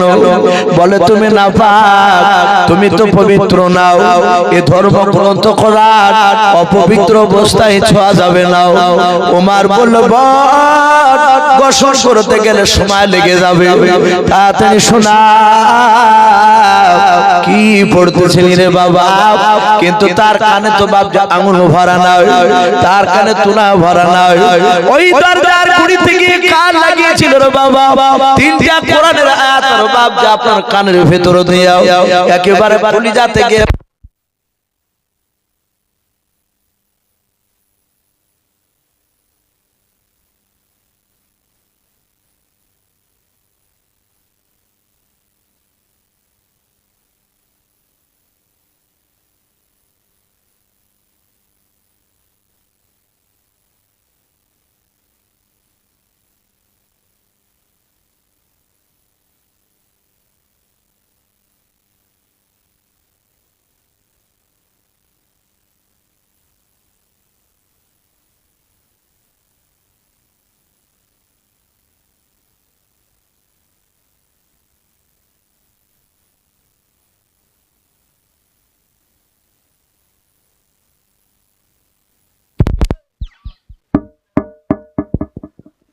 ভাই বসে যা, আর কিছুক্ষণ ইনশাআল্লাহ আলোচনা করে শেষ দোয়া নিয়ে আমরা বাড়ি যাব ইনশাআল্লাহ। হযরত ওমর ডাক দিয়ে বলেছিল রে বোন তাড়াতাড়ি তুই আমাকে শোনাও। হযরত খাব্বাব আপনি ঘরের ভিতর থেকে বেরিয়ে আসলেন। খাব্বাব বুঝতে পেরেছে ওমর আর মারবে না। ওমরের দিলের ভেতর বাপ নূরের জ্যোতি জ্বলে উঠেছে। আমার আল্লাহ বলেন মা ইয়াহদিহিল্লাহু ফালা মুদিল্লা লাহু ওয়া মা ইউদ্লিলহু ফালা হাদিয়া লাহু। আমার আল্লাহ বলেন আমি যাকে হেদায়েত বানাবো পৃথিবীর মানুষ তারা সবাই মিলে তাকে গোমরাহ বানাতে পারবে না, আর আমি যাকে গোমরাহ বানাবো পৃথিবীর মানুষ তাকে হেদায়েত বানাতে পারবে না। হযরত খাব্বাব ফিরে এসে বলেন ভাই ওমর, গতকালকে আমি আসরের নামাজের পর আমি নবীর দরবারে ছিলাম। নবী আমার আল্লাহর কাছে হাত তুলে দোয়া চেয়ে বলেছিলেন, আল্লাহ তোমার দিন কেমন আর টিকানো যাবে না। যেভাবে আবু জেহেল ওমর উঠে পড়ে আমার বিরোধিতা শুরু করেছে, ওমর ভাই আমার বিশ্ব নবী কেঁদে কেঁদে বলেছিলেন, আল্লাহ আবু জেহেল কিংবা ওমরের দ্বারায় এদের দুজনার দ্বারায় যা দ্বারাতে ইসলামের উপকার হবে, ওগো মাওলা তুমি দুজনের মধ্যে একজনকে তুমি ইসলামে দাখিল করে নাও। ওগো ভাই ওমর আবু জেহেলের নামটা এক থেকে দুইবার নিয়েছিল, কিন্তু আপনার নামটা ওমর ওমর করতেছিল কয়েকবার। আমার মনে হয় তোমার নামটা আল্লাহ কবুল করে নিয়েছে, বলুন সুবহানাল্লাহ। ওমর ডাক দিয়ে বলে তোর নাম কি? বলে আমার নাম খাব্বাব। বলো সব বাদ দে, কি পড়েছিল শোনা। খাব্বাব আপনি কেউ বলেছেন সূরা তাহা, কেউ বলেছেন বাবা তওবা। এই সূরা থেকে বাপের কয়েকটা বাপ যে আয়াত পড়তে লাগলো। ওমর বাপের সঞ্চার কানাগুলো ভরা নাই, তুলা ভরা নাই। কোরআনের আয়াতগুলো ওমরের কানের ভেতর দিয়ে কলিজাতে বাপকে ধাক্কা দেয়। আর ওমর বাপ যে আপনার চিৎকার করে নাই রে বাবা, চোখ দিয়ে পানি ঝরে। ওমর যেহেতু আরবি ভাষা জানতেন, তাদের মাতৃভাষা আরবি। ওমর ডাক দিয়ে বলেছিল, ভাই এত সুন্দর গালি কোথায় পেলি বলো। ডাক দিয়ে বলেছিল, ভাই যেই নবীর কলমা পড়ার জন্য আমাদেরকে মারতেছিল সেই নবীর উপর এই কোরআন নাজিল হয়েছে। ওমর বলো ভাই রে, নবীর জবান থেকে যদি কথাগুলো শোনা যায় কতই না সুন্দর হবে। চলো আমি নবীর চেহারা কানা দেখবো, এত সুন্দর বাণী তার উপর নাজিল হয়েছে। খাব্বাব, ফাতেমা, সাইবা তিনজন ওমরের হাতখানা ধরে নিয়ে চলতে লাগলো। নবীর দরবারে বাপ যে দৌড়ে যাচ্ছে, রাসূলকে বাপ যে দেখবে, নবীর মুখ থেকে ওমর কথাগুলো শুনবে। হযরত বাপ যে ওমরকে দূর থেকে বাপ যে দেখতে পেয়েছে। আল্লাহ রাসূলের সাহাবারা পেছন থেকে নবীর পেছনে তারা বসা ছিল, নবীজি জান্নাত জাহান্নামের কথা শোনাচ্ছিলেন। সাহাবারা ওমরকে দূর থেকে দেখার পর বলে, নবীজি ওই দেখেন ওমর আসতেছে তলোয়ার নিয়ে আপনার দরবারে। আমার মনে হয় হযরত ফাতেমা, সাইদ আর খাব্বাব তারা কলমা পড়েছে, ওমর জানতে পেরেছে ওমর আপনার দরবারে তার বোনকে টেনে নিয়ে আসতেছে, তার দুলাভাইকে। মনে হয় আমাদের চোখের সামনে তার বোন দুলাভাইকে জবাই করার পর নবী গো আপনাকে মারবে, আমাদেরকে মারবে। নবীজি একবার হুকুম দেন, ওমর আপনার দরবারে আসার আগে আমরা সবাই মিলে দৌড়ে গিয়ে ওমরকে জবাই করে দিয়ে আমরা জাহান্নামে পাঠিয়ে দেব। দরদি নবী এইভাবে পেছন দিকে ঘুরে তাকে বলেন, সাহাবা তোমরা কি গায়বের খবর জানো? বলে না, গায়বের খবর জানি না। বলে কে জানে? সাহাবারা বলেন একমাত্র আসমান জমিনের মধ্যে একমাত্র আল্লাহ জানেন, বলুন সুবহানাল্লাহ। ডাক দিয়ে বলেছিল, নবী গো কেন এই কথা বলে? নবী বলেন, ওগো সাহাবারা ওমর যে আমাকে মারতে আসছে তা তোমরা কেমন করে জানলে? বলে হুজুর আমাদের দুশমন, এই কারণে এটা ধারণা করলাম। নবী বলেন, সাহাবারে গতকালকে আমি তাদের দোয়া করেছি। সাহাবা আমার মনে হয় ওমর না মারতে এসে হয়তো কলমা পড়তে আসতে পারে।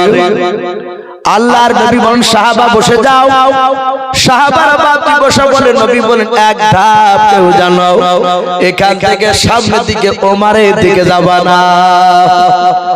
এই সাহাবারা আমি বারণ করছি এখান থেকে তোমরা কেউ যাবা না। সাহাবারা হাত জোড় করে বলেন ইয়া রাসূলুল্লাহ মাফ করবেন আর যাব না। নবী আপনি আমাদেরকে বসতে বলেছেন বারণ করেছেন আর যাব না। আল্লাহর নবী তাকে দেখলেন ওমর দৌড়ে আসতেছে। আল্লাহর নবীর কাছাকাছি তো কোনো বাপ যে পৌঁছাতে পারে না, প্রায় 50 থেকে 60 হাত দূরে বাপ যে ওমর আসতেছিল। আল্লাহর নবীজি আর নবীর জায়গা থেকে নবী আর দাঁড়াতে পারলেন না, নবী স্থির হয়ে থাকতে পারলেন না। নবী আবার সোজা দৌড়ে গিয়ে যাওয়ার পর ওমরের কাছে দৌড়ে যাওয়ার পর নবী যে আমার ওমরের জামার কলার খানা বাপ যেভাবে ধরলাম, আল্লাহ রাসূল ওমরের কলার খানা ধরে ওমর দেড়ে গেল। আল্লাহর নবীজি কলার খানা বাপ যেভাবে ধরে আর আস্তে আস্তে নড়ায় আর বলে ওরে ওমর আর কতদিন পাগলামি করবে রে ওমর। ওরে ওমর তুমি মহব্বতের নজরে একবার তুমি আমার চেহারা দিকে তাকাও। আমি তোমার দুশমন নই, আমি তোমার জানের নবী মুহাম্মদ সাল্লাল্লাহু আলাইহি ওয়াসাল্লাম। ওরে ওমর অনেক পাগলামি করেছে আর পাগলামি করো না রে ওমর। আল্লাহর নবী কলার কানা ধরে কাঁদছেন। ওমরকে বলেন হযরত ওমর বিশ্ব নবীজির মধুর সুন্দর সুন্দর বাবা আল্লাহ রাসূলের কান্না শুনে বাপ ওমর আর থামতে পারলো না। ওমর হাওমা করে বাপ কাঁদতে লাগলো। একভাবে নবীর চেহারার দিকে চেয়ে আছে। আল্লাহর নবীজি ওমরের কলার কানা ধরে পেছন দিকে এইভাবে করে নবীর সাহাবাদের দিকে লক্ষ্য করে বলেন ওরে ওমর ওই দেখো তোমার জানের সাথী তা তোমার মহব্বতের বন্ধুরাও। ওরে ওমর তোমার বন্ধুদেরকে নিয়ে তুমি কবে কলেমার দাওয়াত দেবে বলুন সুবহানাল্লাহ। ওমর বাপ যার থাকতে পারলো না, নবীর পায়ে তলে তলোয়ার কানা রেখে দিলাম। রেখে দেওয়ার পর নবী পা দুখানা পাঁজা মেরে জোরে জোরে কেঁদে বলেছিলেন নবী গো আমি অন্যায় করে ফেলেছি নবী, আপনি আমাকে হয় তলোয়ার দিয়ে আপনি আমাকে হত্যা করে দেন, জবাই করে দাও, নতুবা আপনার কলমা পড়ে মুসলমান বানিয়ে নাও। আল্লাহর নবী আর থাকতে পারলেন না। ওমরের হাত দুখানা ধরে নবী যে বুকের সাথে জোরে ধরলেন। ওমরের কপালে চুমা দিয়ে বলে ওমর আমি পৃথিবীর বুকে বদলা নিতে আসি নাই। আল্লাহ কোরআনে বলেছিল আমা আরসালনাকা ইল্লা রাহমাতান লিল আলামিন, আমি রহমতের নবী দয়ার নবী ওমর আমি নবী তোমাকে maaf করে দিলাম। ওমর তুমি পড়ে নাও কালেমা লা ইলাহা বাপজি লজ্জা করবেন একটু মহব্বতে পড়ে নাও ইলাহা ইল্লাল্লাহ লা ইলাহা ইল্লাল্লাহ লা ইলাহা ইল্লাল্লাহু মুহাম্মাদুর রাসূলুল্লাহ সাল্লাল্লাহু তাআলা আলাইহি ওয়াসাল্লাম। এই সেই ওমর নবীজির হাজার হাজার সাহাবার সামনে বাবা হাত খানা ধরে ধরে কেঁদে কেঁদে বলেছেন নবী গো বেয়াদবি হলে maaf করবেন নবী, আমি আপনার কাছে সেই দিন অন্যায় করে ফেলেছিলাম।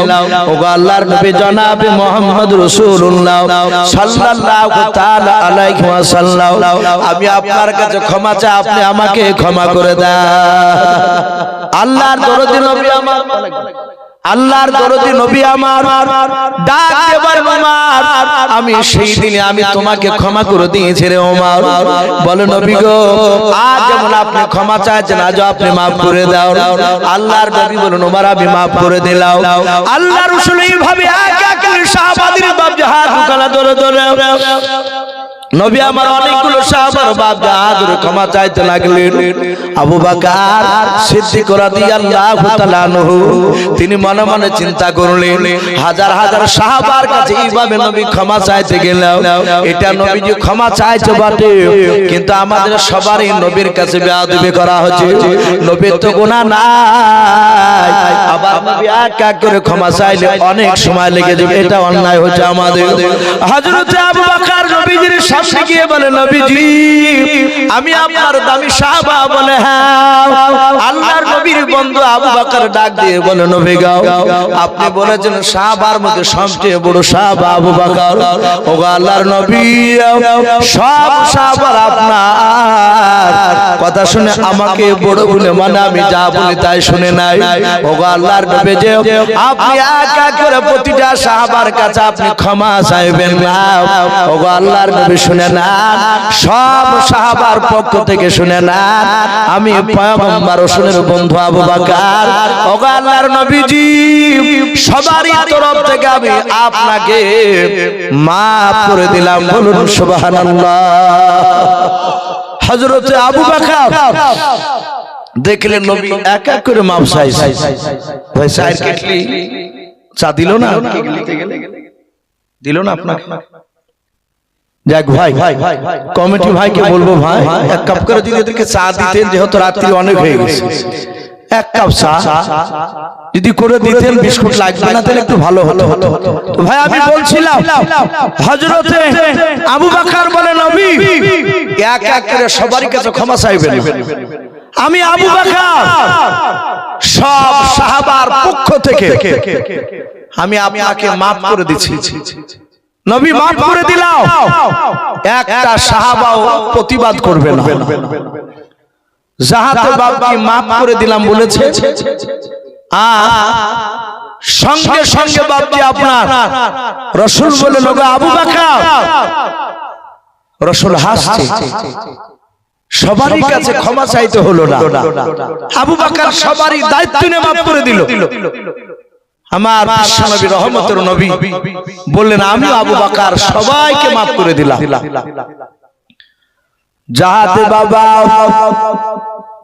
সবাইকে মাফ করে দিলাম বললেন নবী আমার আরো হাজার হাজার সাহাবার মধ্যে থেকে বাবা একজন সাহাবা হাত উঁচু করে দাঁড়িয়ে বলেছিল নবী গো সব সাহাবারা আবু বকরকে দায়িত্ব দিতে পারে মাফ করার জন্য। আয় নবীজি আমি আপনার সাহাবা, আমি আপনার আবু বকর বন্ধুকে আমি দায়িত্ব দিই নাই। ওগো আল্লাহর নবীজি আমি আপনার সাহাবা, আপনাকে আমি মাফ করব না। সব সাহাবারা অবাক হয়ে গেল, এই সাহাবার মাথা খারাপ হলো নাকি? সবাই মাফ করছে আর ও বলে নবী আমি আপনাকে মাফ করব না। নবী বললেন এই তুমি আমাকে মাফ করবে না কেন? বলে হুজুর আপনি একদিন আমাকে চাবুক দিয়ে মেরেছিলেন, মনে আছে বাপজি ওই সাহাবাটার নাম? হযরতে সাদ ইবনে আবি ওয়াক্কাস রাদিয়াল্লাহু তাআলা আনহু। এই রাসূলের অনেক দামি সাহাবা, অথচ উনি বলছেন নবী গো এক দিল আপনি উটের পিঠে চেপেছিলেন, আপনার ডান হাতে ছিল সারোয়া চাবুক, আমি ওই উটের লাগাম ধরে আগে আগে হাঁটছিলাম, আপনি চাবুকটা উটের পায়ে মারতে গিয়েছেন, উটের পায়ে না লেগে নবী আপনার ওই ডান হাতের চাবুকটা আমার পিঠে লেগেছে, ডান দিকের কাঁধে।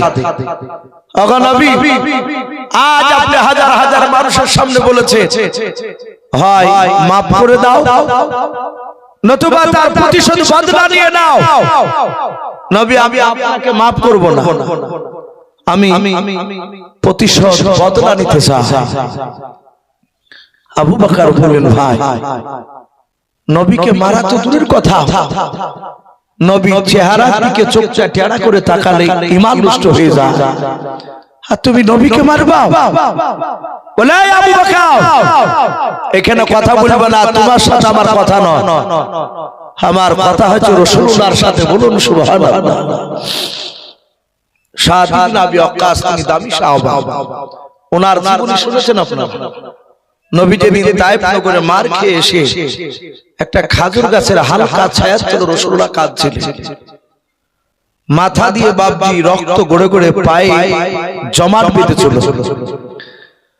নবী কাঁদছিলেন ওগো আল্লাহ তাইফবাসী লোকরা আমাকে চিনতে পারেনি, এদেরকে মাফ করে দাও, এদের উপর নারাজ হও না। আর এই সাদ ইবনে আবি ওয়াক্কাস ওই রাসূলুল্লাহ কাঁদছিলেন ওই মরুভূমিতে, তার পেছনে বাপজি একটা আঙ্গুরের বাগানে তিনি কাজ করছিলেন। হঠাৎ করে কান্না দেখে দেখলো, হারে যুবকটাকে মারলো কে? সাদ ইবনে আবি ওয়াক্কাস নবীর শরীরে রক্ত পড়া দেখে, ও কিন্তু নবীকে চিনে না। ও আঙ্গুরের ফলকে নিংড়ে রস বের করে এক গ্লাস রস নিয়ে গিয়ে বলছে, এই যুবক, তোমাকে কে মেরেছে গো এইভাবে? নবীজি এইভাবে ঘুরে তাকিয়ে বললেন, ভাই এই আকাশ আমাকে মেরেছে তাইফ নগরের যুবকেরা। আকাশ বলল, আমার নাম আকাশ, তা আপনি জানেন কি করে? নবীজি বলেন, শুধু তোমার নামটা নয়, তুমি কোন বংশের সন্তান সেটা আমি বলে দিই। আকাশ বলছে, বলো তুমি, আমি কোন বংশের সন্তান? নবী বললেন, আকাশ তুমি ইউনুস নবী আলাইহিস সালামের বংশধর। বাস্তব উনি তাই ছিলেন। উনি ডাক দিয়ে বললেন, এই ভাই, আপনি কে? আপনার বাড়ি কোথায়? আল্লাহর নবী বলেন, আমার বাড়ি মক্কা নগরে। এই তাইফ নগরে নানার দেশে এসেছিলাম কলমার দাওয়াত দিতে। আমি নবী বলে, ভাই আপনি আমার বংশ কেমন করে জানতে পারলেন বলুন? আল্লাহর নবী বলেন, আকাশ এক নবীর খবর আর এক নবী দিতে পারে, বলুন সুবহানাল্লাহ। বাপজি আমার সোনা লালেরা, সেই আকাশ বিশ্ব নবীকে চাবুক দিয়ে মারবে। বাপজি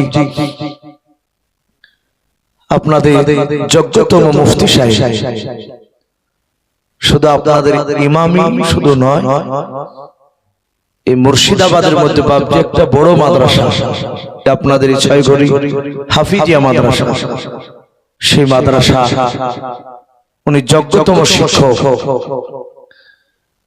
পড়াশোনা আশা করি প্রায় মানুষ জানে। আমারও ছেলে বাপজি এই মাদ্রাসার হুজুরদের কাছে দিয়েছি।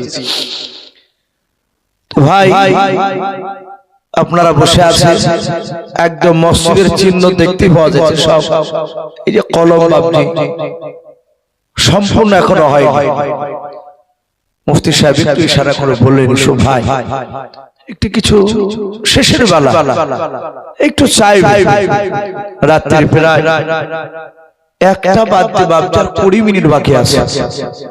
ভাই একটু ঝটঝট করে, আমরা কেউ চলে যাব না শোনা, আমরা সকলেই দোয়া নিয়ে বাড়ি যাবো ইনশাআল্লাহ।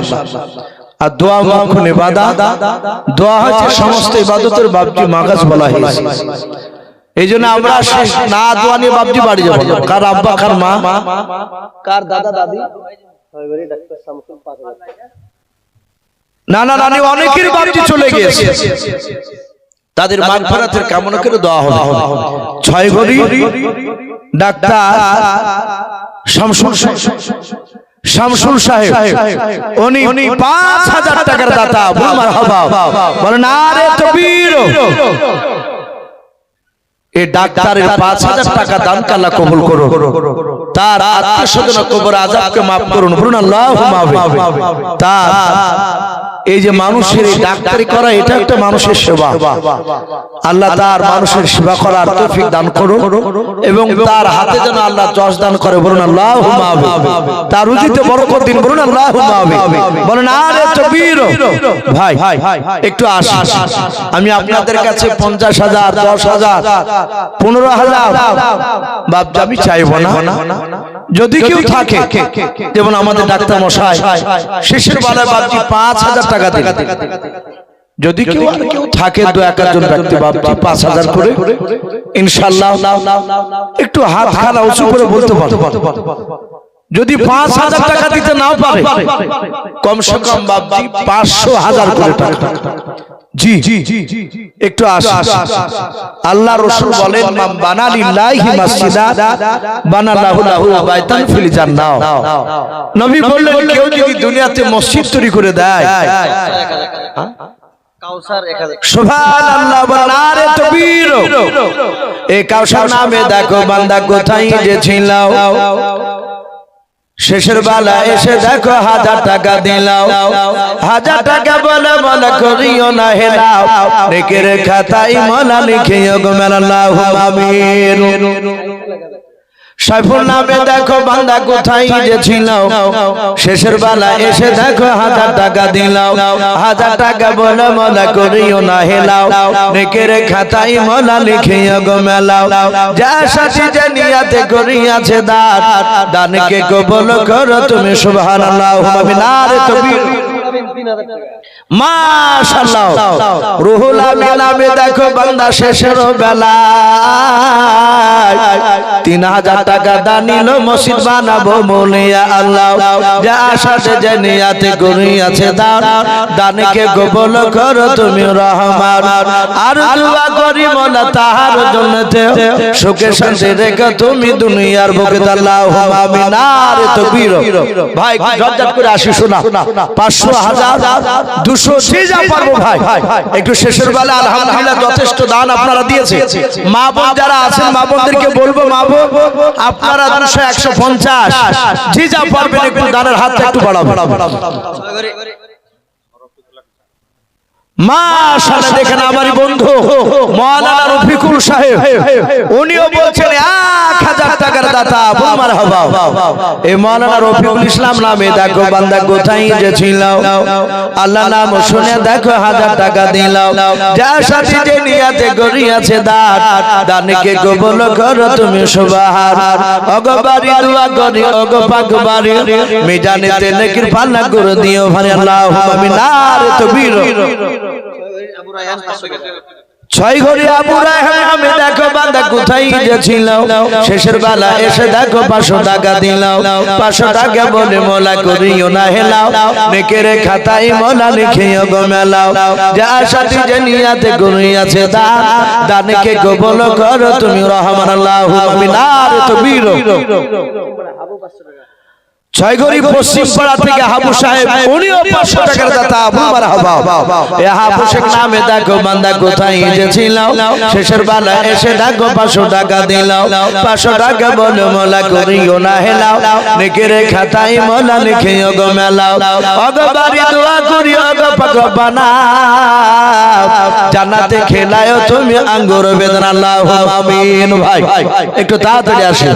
আজ নবী গো আমার গড়ায়া সংসার, হিজরত করিলেন সোনার মদিনায়, আজ নবী গো আমার গড়ায়া সংসার, শুয়ে আছেন সোনার মদিনায়।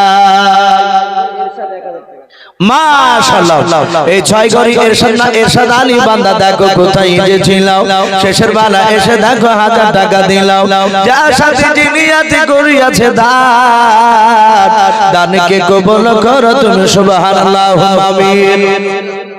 সিরাজুল নামে দেখো শেষের বেলায় 500 টাকা দান দিল মালা মসজিদ বানাবো বলিয়াও, যা সাথে যে নিয়াতে সিরাজুল সাহেব 500 টাকা করিয়াছে দান, দানকে কবুল করো তুমি সুবহান। ওগো বাড়ি দোয়া করি ওগো পাক বাড়ি, মিজানেতে নেকির পাল্লা করে দিও ভাই আল্লাহু আমিন। মাশাআল্লাহ, নবী সুন্দর নামে দেখো বান্দা কোথায় যে ছিল, কমিটির মধ্যে থেকে এসে দেখো 5000 টাকা দিলাও, যা সাথে যে নিয়াতে 5000 টাকা করিয়েছে দান, দানকে কবুল করো তুমি সুবহান। ওগো বাড়ি দোয়া করি ওগো পাক বানাও, জান্নাতে খেলায়ও তুমি আঙ্গুর বেদন আল্লাহু আমিন। নারে তাকবীর। ভাই তাড়াতাড়ি আসো ভাই, ইনশাআল্লাহ দোয়া হবে, একটা বাজতে ইনশাআল্লাহ দোয়া হয়ে যাবে, তাই দেরি না করে ভাই একটু তাড়াতাড়ি আসে। আজ নবী গো আমার গড়ায়া সংসার, শুয়ে আছেন সোনার মদিনায়, আর নবী উম্মতের মায়ায় এখনো কেঁদে যায়, নবী উম্মতের মায়ায় এখনো কেঁদে যায়, ওই আশিকের কান্দন বোঝা যায়, আজ নবী গো আমার গড়াইয়া সংসার শুয়ে আছেন সোনার মদিনায়। এ বাহারের ছেলে রোহন দেখো বান্দা কোথায় এসেছিল, শেষের বেলা এসে দেখো 500 টাকা দিলাও, 500 টাকা বলে বলে করিও না হেলাও, নেকের খাতায় মনা লিখিও গো আল্লাহুম্মা আমিন। লালন 1000 টাকা এ লালন শেখ নামে দেখো বান্দা তোমার কোথায় ছিল, ছিল কি না ছিল দেখো দানে বোঝা গেল, যোগ্য বাপের যোগ্য ছেলে মনা লালন শেখ এখানে আসিয়া 1000 টাকা দান দিল মসজিদ বানাবো বলিয়া, যার সাথে জানিয়াতে করিয়াছে দান, দানকে কবুল করো তুমি সুবহান, আর দোয়া করি বল তাহার জন্য ঈমান আমান রেখে তুমি দুনিয়ার বুকে আল্লাহুম্মা আমিন। নারে তাকবীর, মাশাআল্লাহ বলেন জোরে নারে তাকবীর। আপনাদের ইমাম সাহেব মুফতি ফজলুল সাহেব উনি বলছেন আমি 5000 টাকার দাতা, মারহাবা। আয় আল্লাহ মুফতি সাহেবের মওলাই করিম 5000 টাকা তুমি দানকে কবুল করে নাও, ওগো মাওলা তুমি তার আত্মীয় স্বজনের কবর আযাব তুমি maaf করে দাও, আল্লাহ তুমি তাকে হায়াতে তয়্যিবা সিহাতে কুল্লিয়া দান করো, বলুন আল্লাহুম্মা আমিন। আল্লাহ তুমি তার রুজির আজকার তুমি বরকত দাও, আয় আল্লাহ যারা দিচ্ছে যারা দিতে পারে না তোমার বান্দা বান্দিরাও আল্লাহ সকলকে বিশ্ব নবীর চেহারা আমাদের মত লাগে না দেখে আমাদের মত দিও না, বলুন আল্লাহুম্মা আমিন। আমাদের মন চাই না বাবা যে রাসূলকে একবার চেহারা খানা স্বপ্ন যোগে দেখি, রাসূলকে স্বপ্নে কেউ যদি দেখে বাও সে আল্লাহর ওলি হয়ে যাবে, বিড়ি খেলে আর বিড়ি খাবে না, মদ খেলে মদ খা ছেড়ে দেবে, তার প্রতিটা কাজ নবীর সুন্নাত অনুযায়ী হবে, বলুন আলহামদুলিল্লাহ।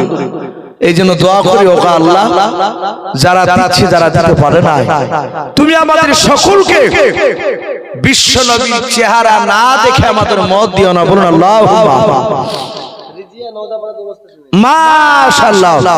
এই রিজিয়া নামে দেখো বান্দি কোথায় যে ছিল, নদাপাড়া থেকে দেখো 2 বস্তা সিমেন্ট দিয়া গেল, যার সাথে যে নিয়াতে 2 বস্তা সিমেন্ট করিয়াছে দান, দানকে কবুল করো তুমি সুবহান। আমি পাপী গুনাহগার দোয়া নাই জানি, রিজিয়ার জন্য দোয়া করবে ফাতেমা জননী, আল্লাহুম্মা আমিন। ভাই আর কি হবে না আপনাদের মধ্যে থেকে?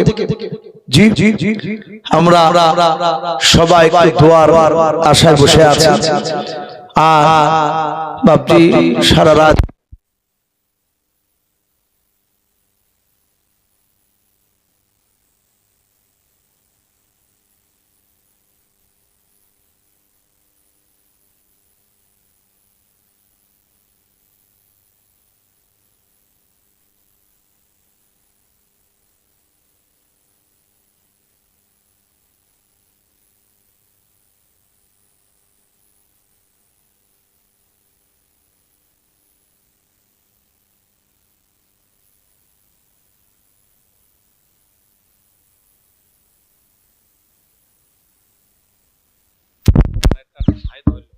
মাশাআল্লাহ বাপজি যাই হোক যথেষ্ট দিয়েছে আমার সিদ্দিক ভাই, ওনার ছোট ভাই শামসুল হাফেজ একসঙ্গে বাপজি আমরা আলেম ফাজিল কামিল দিয়েছি, সে সূত্রে ওনার ভাই আমার খুব কাছের বন্ধু, আর বন্ধুর ভাই মানে বাপজি আমারও ভাই। তো যাই হোক উনিও বলছে, আপনাদের ইমাম সাহেব মুফতি সাহেবও বলছে আলহামদুলিল্লাহ যথেষ্ট মানুষ দিয়েছে। ভাই আমি সেই ঘটনাটা বলতে গিয়ে একটু ছেড়ে দিয়েছি। সাদ ইবনে আবি ওয়াক্কাস নবীকে মারার অভিনয় করেছিল, কিন্তু নবীকে বাপজি সে মারেনি, যে নবীর জন্য জীবন দিতে দাঁড়িয়ে যেত আর সে কি মারতে পারে? আমার বিশ্ব নবীজির ডান দিকের কাঁধে একটা মাহারে নবাত ছিল, ওটাতে বাপজি তিনি চুমা দিয়েছিলেন, ওটাই ছিল তার উদ্দেশ্য। তাই আমার বিশ্ব নবী তাকে ক্ষমা করে দিয়েছিলেন এবং জান্নাতের জন্য রাসূল তার জন্য দোয়া করেছিলেন। ভাই যাই হোক একজন ব্যক্তি 700 টাকা দিয়েছেন, একজন বেনামিতে 700 টাকা দান করেছেন, আল্লাহ তার দানকে কবুল করুন, বলুন আল্লাহুম্মা আমিন। বাপজি এখনই দোয়া হবে, আমরা সকলে একবার দুরুদ ইব্রাহিম পড়ে নিই। আল্লাহুম্মা সাল্লি আলা মুহাম্মাদি ওয়া আলা আলি মুহাম্মাদ কামা সাল্লাইতা আলা ইব্রাহিম ওয়া আলা আলি ইব্রাহিম ইন্নাকা হামিদুম মাজিদ।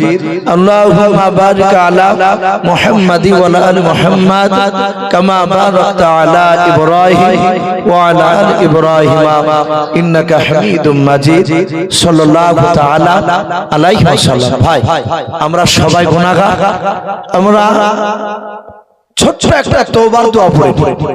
তওবা অনেক রকমের আছে, একদম সহজ তওবা পড়ুন। আস্তাগফিরুল্লাহ রাব্বি মিন কুল্লি যামবি ওয়া আতুবু ইলাইহি লা হাওলা ওয়ালা কুওয়াতা ইল্লা বিল্লাহি আলিয়্যিল আযীম। বাবজি যাই হোক, এক্ষুনি দোয়া হবে। আমরা সকলে দোয়াতে তো হাত তুলবই, আমরা আমি যা বলবো ওগুলো তো আশা করি শুনতে পাবে, কিন্তু আপনাদের সকলের মনের খবর তো ভাবছি আমি জানি না। এই জন্য আপনারাও আমার সাথে হাত, আপনারা মনে মনে নিজে নিজে চাইবেন আল্লাহর কাছে। এক দোয়াতে ইমাম সাহেব, পীর সাহেব যেই দোয়া করুক না কেন, তার দোয়াতে উনিও করবেন, আপনারও মনের চাহিদা আপনি চাইবেন। এটা জায়েজ আছে, আল্লাহ কবুল করবেন। আমরা হাত তুলে আল্লাহুম্মা আমিন। আলহামদুলিল্লাহি রাব্বিল আলামিন ওয়াল আকিবাতু লিল মুত্তাকিন ওয়াসসালাতু ওয়াসসালামু আলা রাসূলিল আমিন ওয়াসসালাতু ওয়াসসালামু আলা সাইয়্যিদিল মুরসালিন। ربنا ظلمنا أنفسنا وإن لم تغفر لنا وترحمنا لنكونن من الخاسرين। আয় আল্লাহ,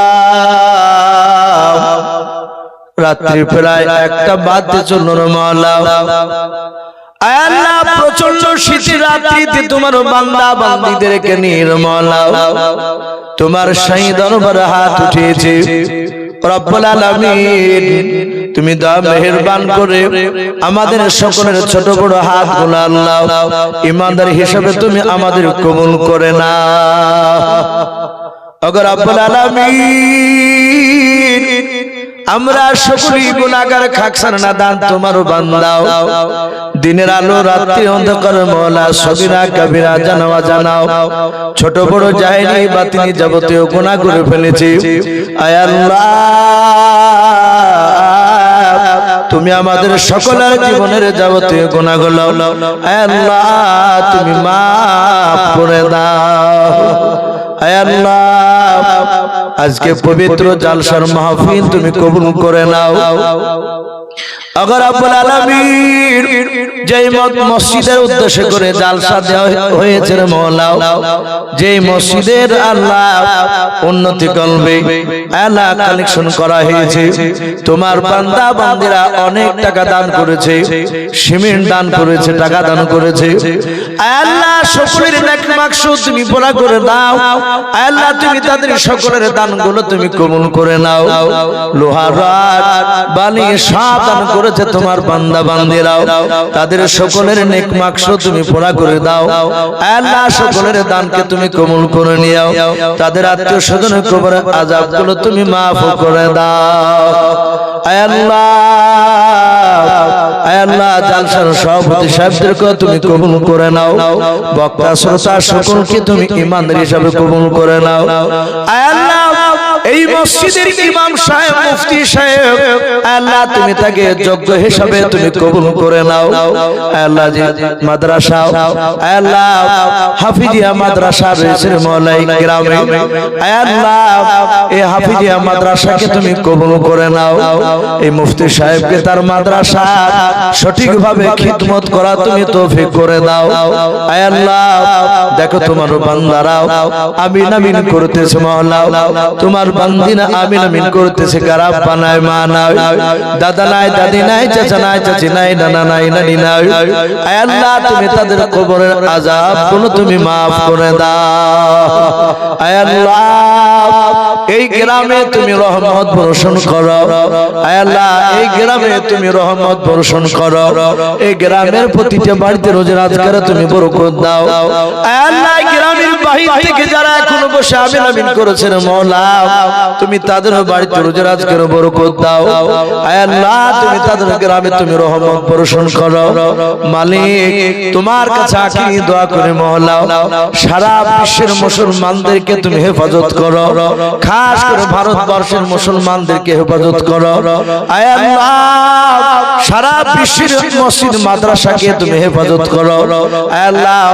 আমাদের ভারতবর্ষের মাদ্রাসা মসজিদ গোরস্থান খানকা আয় আল্লাহ মসজিদ সবগুলোকে তুমি হেফাজত করো আয় আল্লাহ। এই দোয়াটুকু নবীর ওসিলা করে বলে কবুল করে নাও মওলাকে নিয়ে।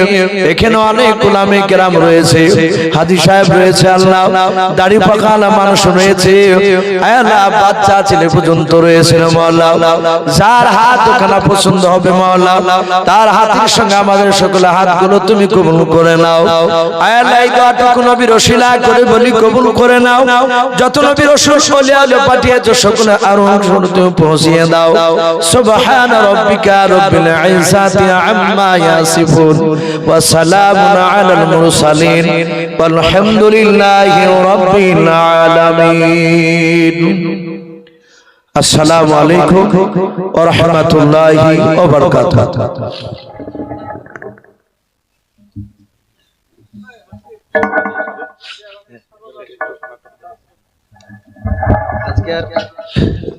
মাহফিল আমাদের এখানেই শেষ হলো। আবার সকালে ইনশাল্লাহ শুরু হবে, একটু কালেকশন হবে আমাদের সকালে। কালেকশন খুব ভালো হয়েছে, কিন্তু আমি তো বুঝতে পারছি অনেক বাড়ি থেকে কালেকশন আসেনি কেউ, সেগুলো সকালে ইনশাল্লাহ আবার হবে। এখন আরাম করে ঘুমান গা বাড়িতে। টোটাল সকালে বলা হয়েছে এখন বলে